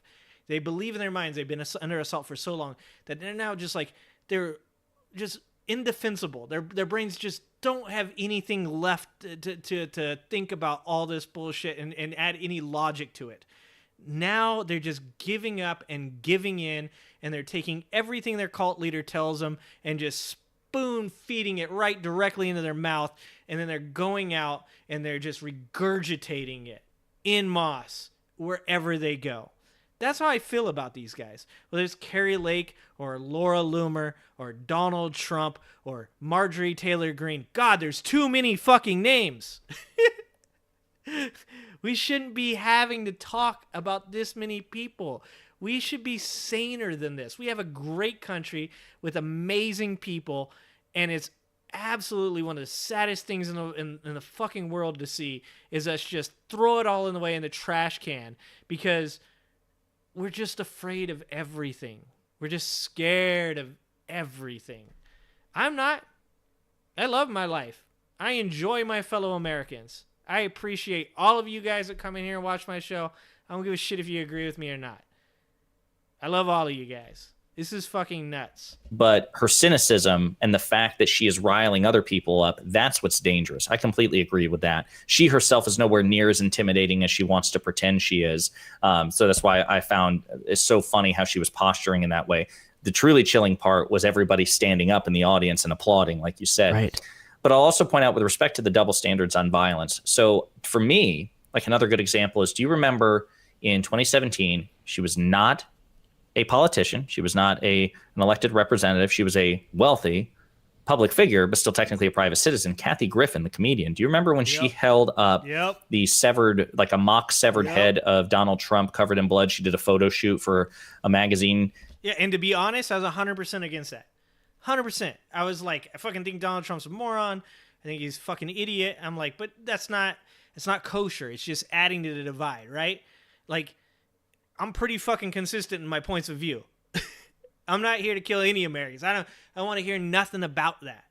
Like, that's just like, we don't want to be on that level. We have amazing country with great things, and it's just going to get better as long as we can keep our heads. No pun intended. and one other thing. I'm going to rant real quick. This is very, very close to the red pill space. This is very close. If you look at certain dudes, there's a Satan Sinner guy. if you watch some of his old videos, like he's like a pretty intelligent guy. He talks. He's very well communicated. He's intelligent. And then you see a certain point where his videos change, and he starts to like really say controversial stuff. He starts to get involved in the red pill space. People start following him. His views go through the roof. He's getting all these subscribers.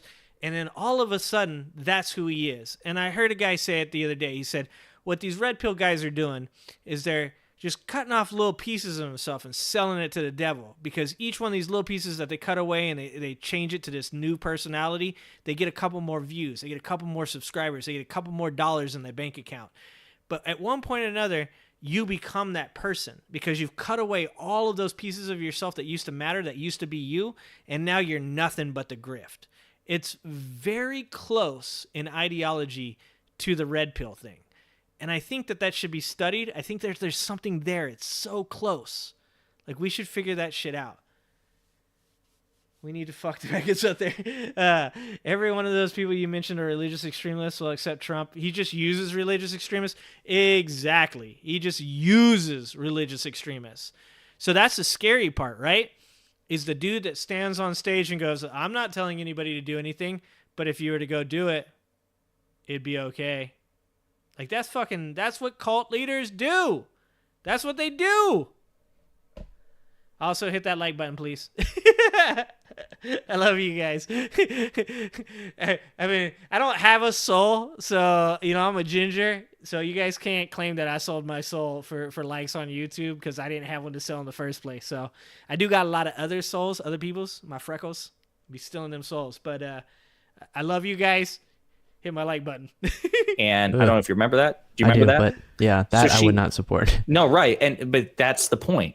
She was condemned not only by Republican voters, Yep. Republican politicians, Stephen Colbert, who has a well-known dislike of Donald Trump, which I think is wholly justified. Even he condemned it, said that's going entirely too far. It's too divisive. It's too violent in its nature. And when he interviewed her years later, he reprimanded her to her face. And that's Stephen Colbert, who I imagine most conservatives despise for his, liberal views or whatever. But the bottom line is there was unanimity among the right and the left that was unacceptable. Yep. And that was from a citizen, somebody who does not have the power of elected office. Then you have years later, after President Biden was elected, Paul Gosar of the Freedom Caucus, a Republican congressman who's so despised that his own family thinks he's deranged and is a threat to civilization. He commissions this animated video as a campaign ad where he, in this animated video, decapitates AOC and attacks President Biden with swords. And there was no outrage from the Republicans. None. They did not condemn him. They opposed censoring him, which, by the way, or censuring him, which Democrats didn't want to do initially. They wanted Republicans to punish him and verbally reprimand him, and they wouldn't even do that. The asymmetry is ridiculous. Republicans want the right to be able to threaten Democrats with impunity or to suggest or to strongly point towards violence. But if the rhetoric on the other side gets even a little bit spicy, they expect Democrats to condemn it outright, which we very often do. It's just the asymmetry is infuriating. Yeah. That's a great point to bring up. Often the extremism is way more prevalent on the right. But then, importantly, because there's always going to be extremism and calls of violence with how many people are involved in the American political situation on both sides, not in the same positions of power. But I remember a lot of times, or I'll experience a lot of times, people will say when I bring up a situation like this, yeah, well, no one called out the violence that happened during kind of the BLM movement in the summer of 2020. Yep, what are you talking about? When there was violence or property damage, every elected Democrat that would get asked about it would Bernie go, well, Sanders, obviously, AFD. I denounce the violence, and then might include a message about change that is necessary. Always, always, always, always. We don't get that on the right. There's no denunciations of this will come, or of the countless other examples, like you said, Paul Gosar, and many others. It is wild. Thank you so much for watching. For the outro on this video, I want to plug Josiah's channel. Hit them with it, Josiah. Hey, everybody. I appreciate you watching. You can find me at youtube.com/@ponderingpolitics. One word, Pondering Politics. If you like progressive commentary that focuses on coalition building with other elements of the left and calling the Republican Party out for what it's become, I hope you'll view my channel, give me a like and subscribe and some feedback. Again, youtube.com/@ponderingpolitics. I want to let Josiah there give his shout out because, you know, we're watching his content. So give Josiah a like, give him a comment, give him a view. Same thing goes for my boy Luke Beasley, who I fucking love. Luke is a young dude doing the thing that all the older dudes should have been doing, man, getting out there and actually putting in the work. I wanted to say this about what I keep saying about conservatives and the difference between them and the Carrie Lakes and stuff. A long time ago, and I'm old as fuck, so I can tell you this, it wasn't like this. There is definitely there's spats, there was a disagreement, there was, you know, some hot takes on some stuff, but the Conservative Party got Trojan horsed. They got Trojan horsed. And now they have a issue within their own party that is clearly starting to push itself into an extremist point of view. And I think for most of us, we look at the Conservative Party and we want them to take care of their own house. We want them to go and we want them to deal with the people that are in their party that are starting to push things to these extreme points of view, like helping to incite what could possibly be a civil war. Like, that's ridiculous. It's crazy. And that's in your party. So it's on you to fix that. It's on you to speak out against those people.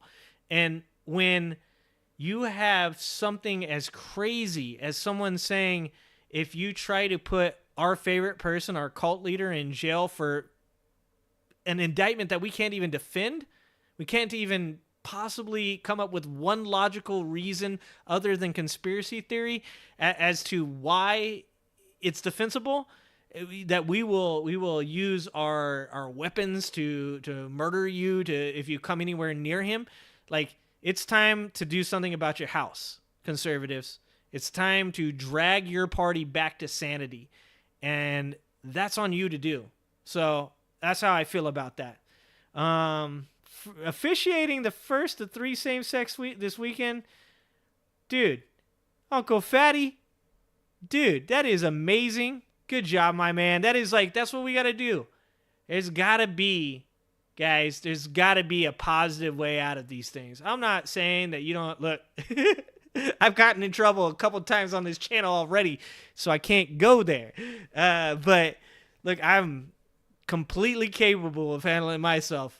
And when it comes to certain points in my life where I have to defend the things I love and my values, I understand that I may have to do that. But I always want a positive way out, man. It's better that way. It's always better that way. There should never, ever be a point in a place like America that is as beautiful and wonderful and with so much fucking opportunity in it that we turn on each other and start, murdering each other. I really don't think that. I think that we've got to find a positive way out. And things like love, Fatty, love, going in there and uniting people in love, like that's you're just doing one more thing for the people. And that's why you're one of my favorite viewers. All right. So I think we got one here. This one, I don't really watch Sam Cedar on the show very often. I don't. But we're going to watch Sam Cedar. I think Sam Cedar is a really intelligent guy. I don't know if you guys, I got a lot of my original subscribers from Sam Cedar. I don't know why, but for some reason, people were just coming over from Sam Cedar, and that's how I got to where I am today. And I appreciate all you guys that stuck with me. I know I changed things up. I know I don't just sit around and laugh at Jordan Klepper videos anymore because I just want to try and do something important. I know that doesn't make sense to people sometimes, but I'm not here to make money. Like I've said it a million times, I've got a job. I love you guys. I appreciate you guys, and I'm always thankful for all of you guys being here. But I want to see people like actually do things that matter. And I don't want to sit here and just watch Jordan Klepper videos and laugh. Although we'll be doing some more of that soon. I'm sure we will. I like to laugh. I like to have fun. Leaves Florida after the arraignment and goes up to Bedminster, New Jersey, where he's got his big... Oh, Uncle Fatty, you just said... Did I see Sink? Okay, and I'm always really weird about saying Sink's name. Him debate Destiny. I did, dude, and I fucking loved it. I have so much more respect for Sink after that. I thought that they both had great points of views. I think that Destiny is obviously an establishment Democrat and Sink is a progressive Democrat, and they have differing points of view. But I would pay money to watch those two debate because there's a lot that is wrong with the country that needs to be talked about and debate needs to be encouraged. I love watching debate. I can't say it enough. I love watching it as long as people are able to do it in a I'll use the word progressive manner, and stay positive while doing it. That debate was absolutely amazing to watch. And I'll be honest, I've seen TYT videos that get like the worst comments. Like, oh my God, just getting shit on. I thought that, like, when I get 1 or 2 comments on some of my bigger videos where people would hate on me, that shit like just depressed me. Like fucking, I get so sad. And then I go and watch one of these TYT videos and I scroll down the comments and it's nothing but hate. And I'm like, well, it's good to know that they get it too, I guess. On that video with Destiny and Sink, plenty of people on there don't know who Destiny is. And there's so many positive comments, so many good comments, man. Like, that's what we need. We need more of that. We need more people watching two people talk and go, you know what? Yeah, I like that. I don't agree with what that guy says 100%, but I like the way he went about it. I like that he's educated. I like that he's well-researched. And if I could watch that again, and I have watched it a couple times, I would watch it over and over and over again because I'm getting real information from two people that don't, it's not mainstream media just giving you the bullshit that they think that they've been paid to tell you. It's two people expressing their ideals and having to confront each other's opinions, whether or not that they agree with them or not. And that's what we need more in our society. I fucking love that debate, actually. Thanks for bringing that up. Golf course. Now, and he summers there as well because the summers in Florida are a little too hot. they get a little too hot. The interesting thing about Bedminster, Dude, Trump spray tan 100% leaks. Like, that shit, like that Giuliani clip where it's coming down his head. If Trump stays in Florida during the summer, he leaks, bro. He leaks hard. there is a theory out there. Now, they had to charge Trump, and there's a lot of stuff in the indictment about disseminating the secret information. There's that tape, apparently, where he's, talking about it. There's also, there's other things that are violations that aren't necessarily part of the indictment. They just support the indictment. And where he basically did the obstruction and the hiding of these records was in Florida. But where he did the dissemination was in Bedminster. That's where that recording supposedly came from. So it's not inconceivable, according to some of the experts out there, that Jack Smith could bring further indictments in New Jersey based upon the dissemination of that information. Interesting. Because the grand jury has to meet where the crime was committed. Now, he may or may not. And that's for like anybody that's asking, why are they doing this in Florida? Because, Eileen Cannon, who is a judge that literally Trump appointed on his way out the door, who then appointed a special master to look at documents that he's not even allowed to look at, doesn't have clearance to look at. She's the judge now. People are, why is it in Florida? But everybody in Florida votes for Trump. He's going to get off because of all this. It's because that's where the crime was committed. But I wanted to show you guys this clip because Sam Cedar points out a really good point, and that is actually when he did the interview, I believe it was, he did it in Bedminster. So he could actually be charged in New Jersey as well. I mean, this guy has so many loose ends. He's given... If you want to be mad at the Democrats for appealing to political values, for the reasoning that they're going about this, okay. But you need to really discuss amongst yourself how stupid the person is that you're voting for. Because he has opened up so many avenues for them to pursue him legally. I can't even fathom what that's like. to have done that and then to continue doing it and continue doing it and continue doing it, a la Andrew Tate. We'll actually see. But that's just a slight coincidence. Trump heads up to Bedminster that night as if, in some ways, returning to the scene of the crime. Here he is speaking to supporters in Bedminster, New Jersey. And I apologize for this audio. It's terrible.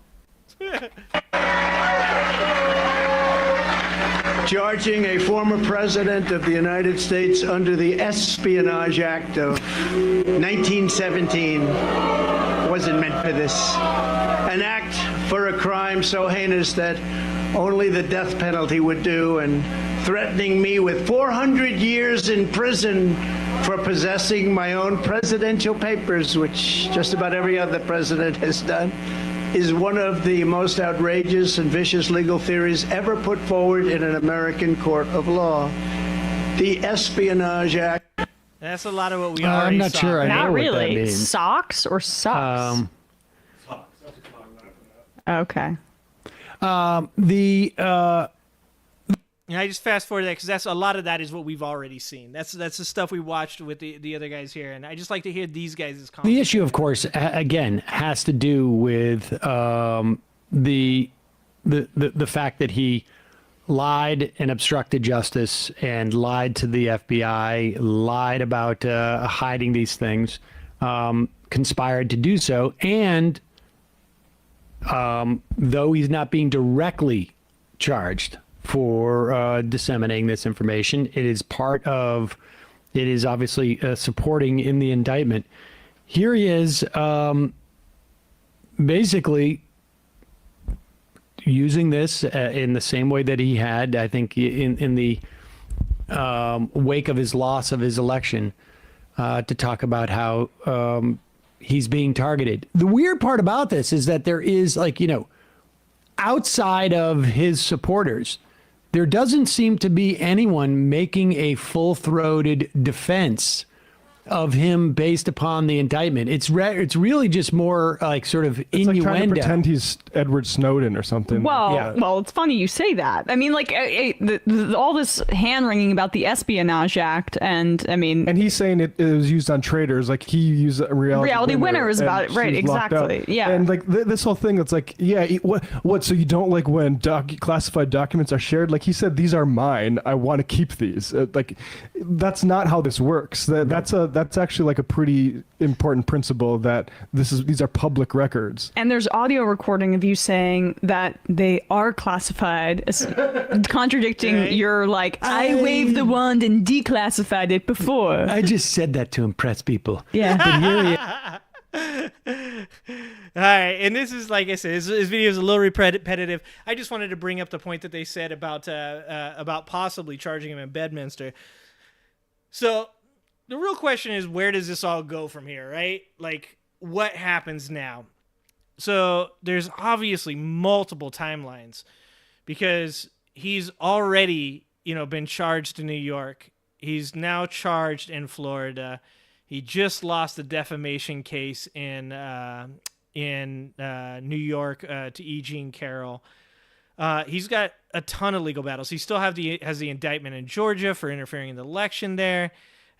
I do believe there's actually two separate. I believe there's the January 6th, which was actually the commission by the White House that just happened. They have considered charges against him for January 6th that may happen, and also I believe it's a separate account for the ones in Georgia where he asked for, if you could just come up with 11,000 votes for me. I mean, Jesus Christ, this guy just straight up says stuff, and his followers are like, yeah, he meant something different. Like, no, he didn't. He's too dumb to mean anything different. He just said what he meant. He wanted them to find 11,000 votes for him, and he was hoping that they'd do it. He literally tried to create fake electors to make it happen. I can't. But as far as that goes, the crazy thing about all this, guys, is that he's going to run for president, and he's going to be allowed to run for president because, as if you listen to my podcast, and if you didn't listen to my podcast with John Anthony Castro, you should listen to it. he lays out a timeline of how these cases tend to work. And even though you have Jack Smith up there saying that, I'm going to make this a expedient trial for the citizens of America and also for Donald Trump because he deserves it, it's not going to be over quick enough. Donald Trump is going to run for president, and Donald Trump is most likely going to win the Republican nomination. And, Joe Biden has beat Donald Trump before, and I hope he can do so again. But the thing that we all need to remember is that if you don't want a criminal, if you do not want a person that has clearly, and I mean this, regardless of how you feel about other politicians, has clearly been shown to be a criminal that has done things that could literally impact the national security of the United States of America, that puts every one of our soldiers' lives at stake, every one of the soldiers that are enlisted in our allies' countries' lives at stake. If you don't want him to be in office, then you better vote. Don't talk about it. Don't say dumb shit like, my vote doesn't count, or it's not going to make a difference, or I live in a state where it votes blue or it votes red. We got to stop saying that shit, guys. We got to get away from that. We got to stop just using these platitudes to be like, you know what? Why does it matter? It's going to go one way or another. It's rigged, whatever. No, we have to get out. We have to vote. We have to talk. We have to debate. We have to speak to each other. And we got to convince people on the other side that are potentially people that will vote against the candidates that should win. And we got to convince them. We got to get them to realize that the person that they are going to vote for could potentially harm the United States of America. I appreciate every one of you guys. I love you guys. I'm always thankful for you guys. I'm glad you guys are here on my Wednesday. If you ever feel like supporting me, I have a membership. It's like $3 a month. It helps feed a soulless ginger. I appreciate you guys always being here. You ain't got to give me $1. But if you ever want to, you can join up on the memberships. That's the best way to do it. And hit the subscribe button, and be here every Wednesday for me, 6 o'clock. That's when I do this. So I appreciate all of you guys. I love you. I'm thankful for everything you guys do for me. And let's get out and vote, guys. Let's do something. Like I said, I want to make a difference. And we'll get back to laughing at some videos too, because laughter is the best medicine. So I want you guys to have a good night. I want you guys to have a good weekend. And I'll see you guys next Wednesday. All right, guys. Have a good night.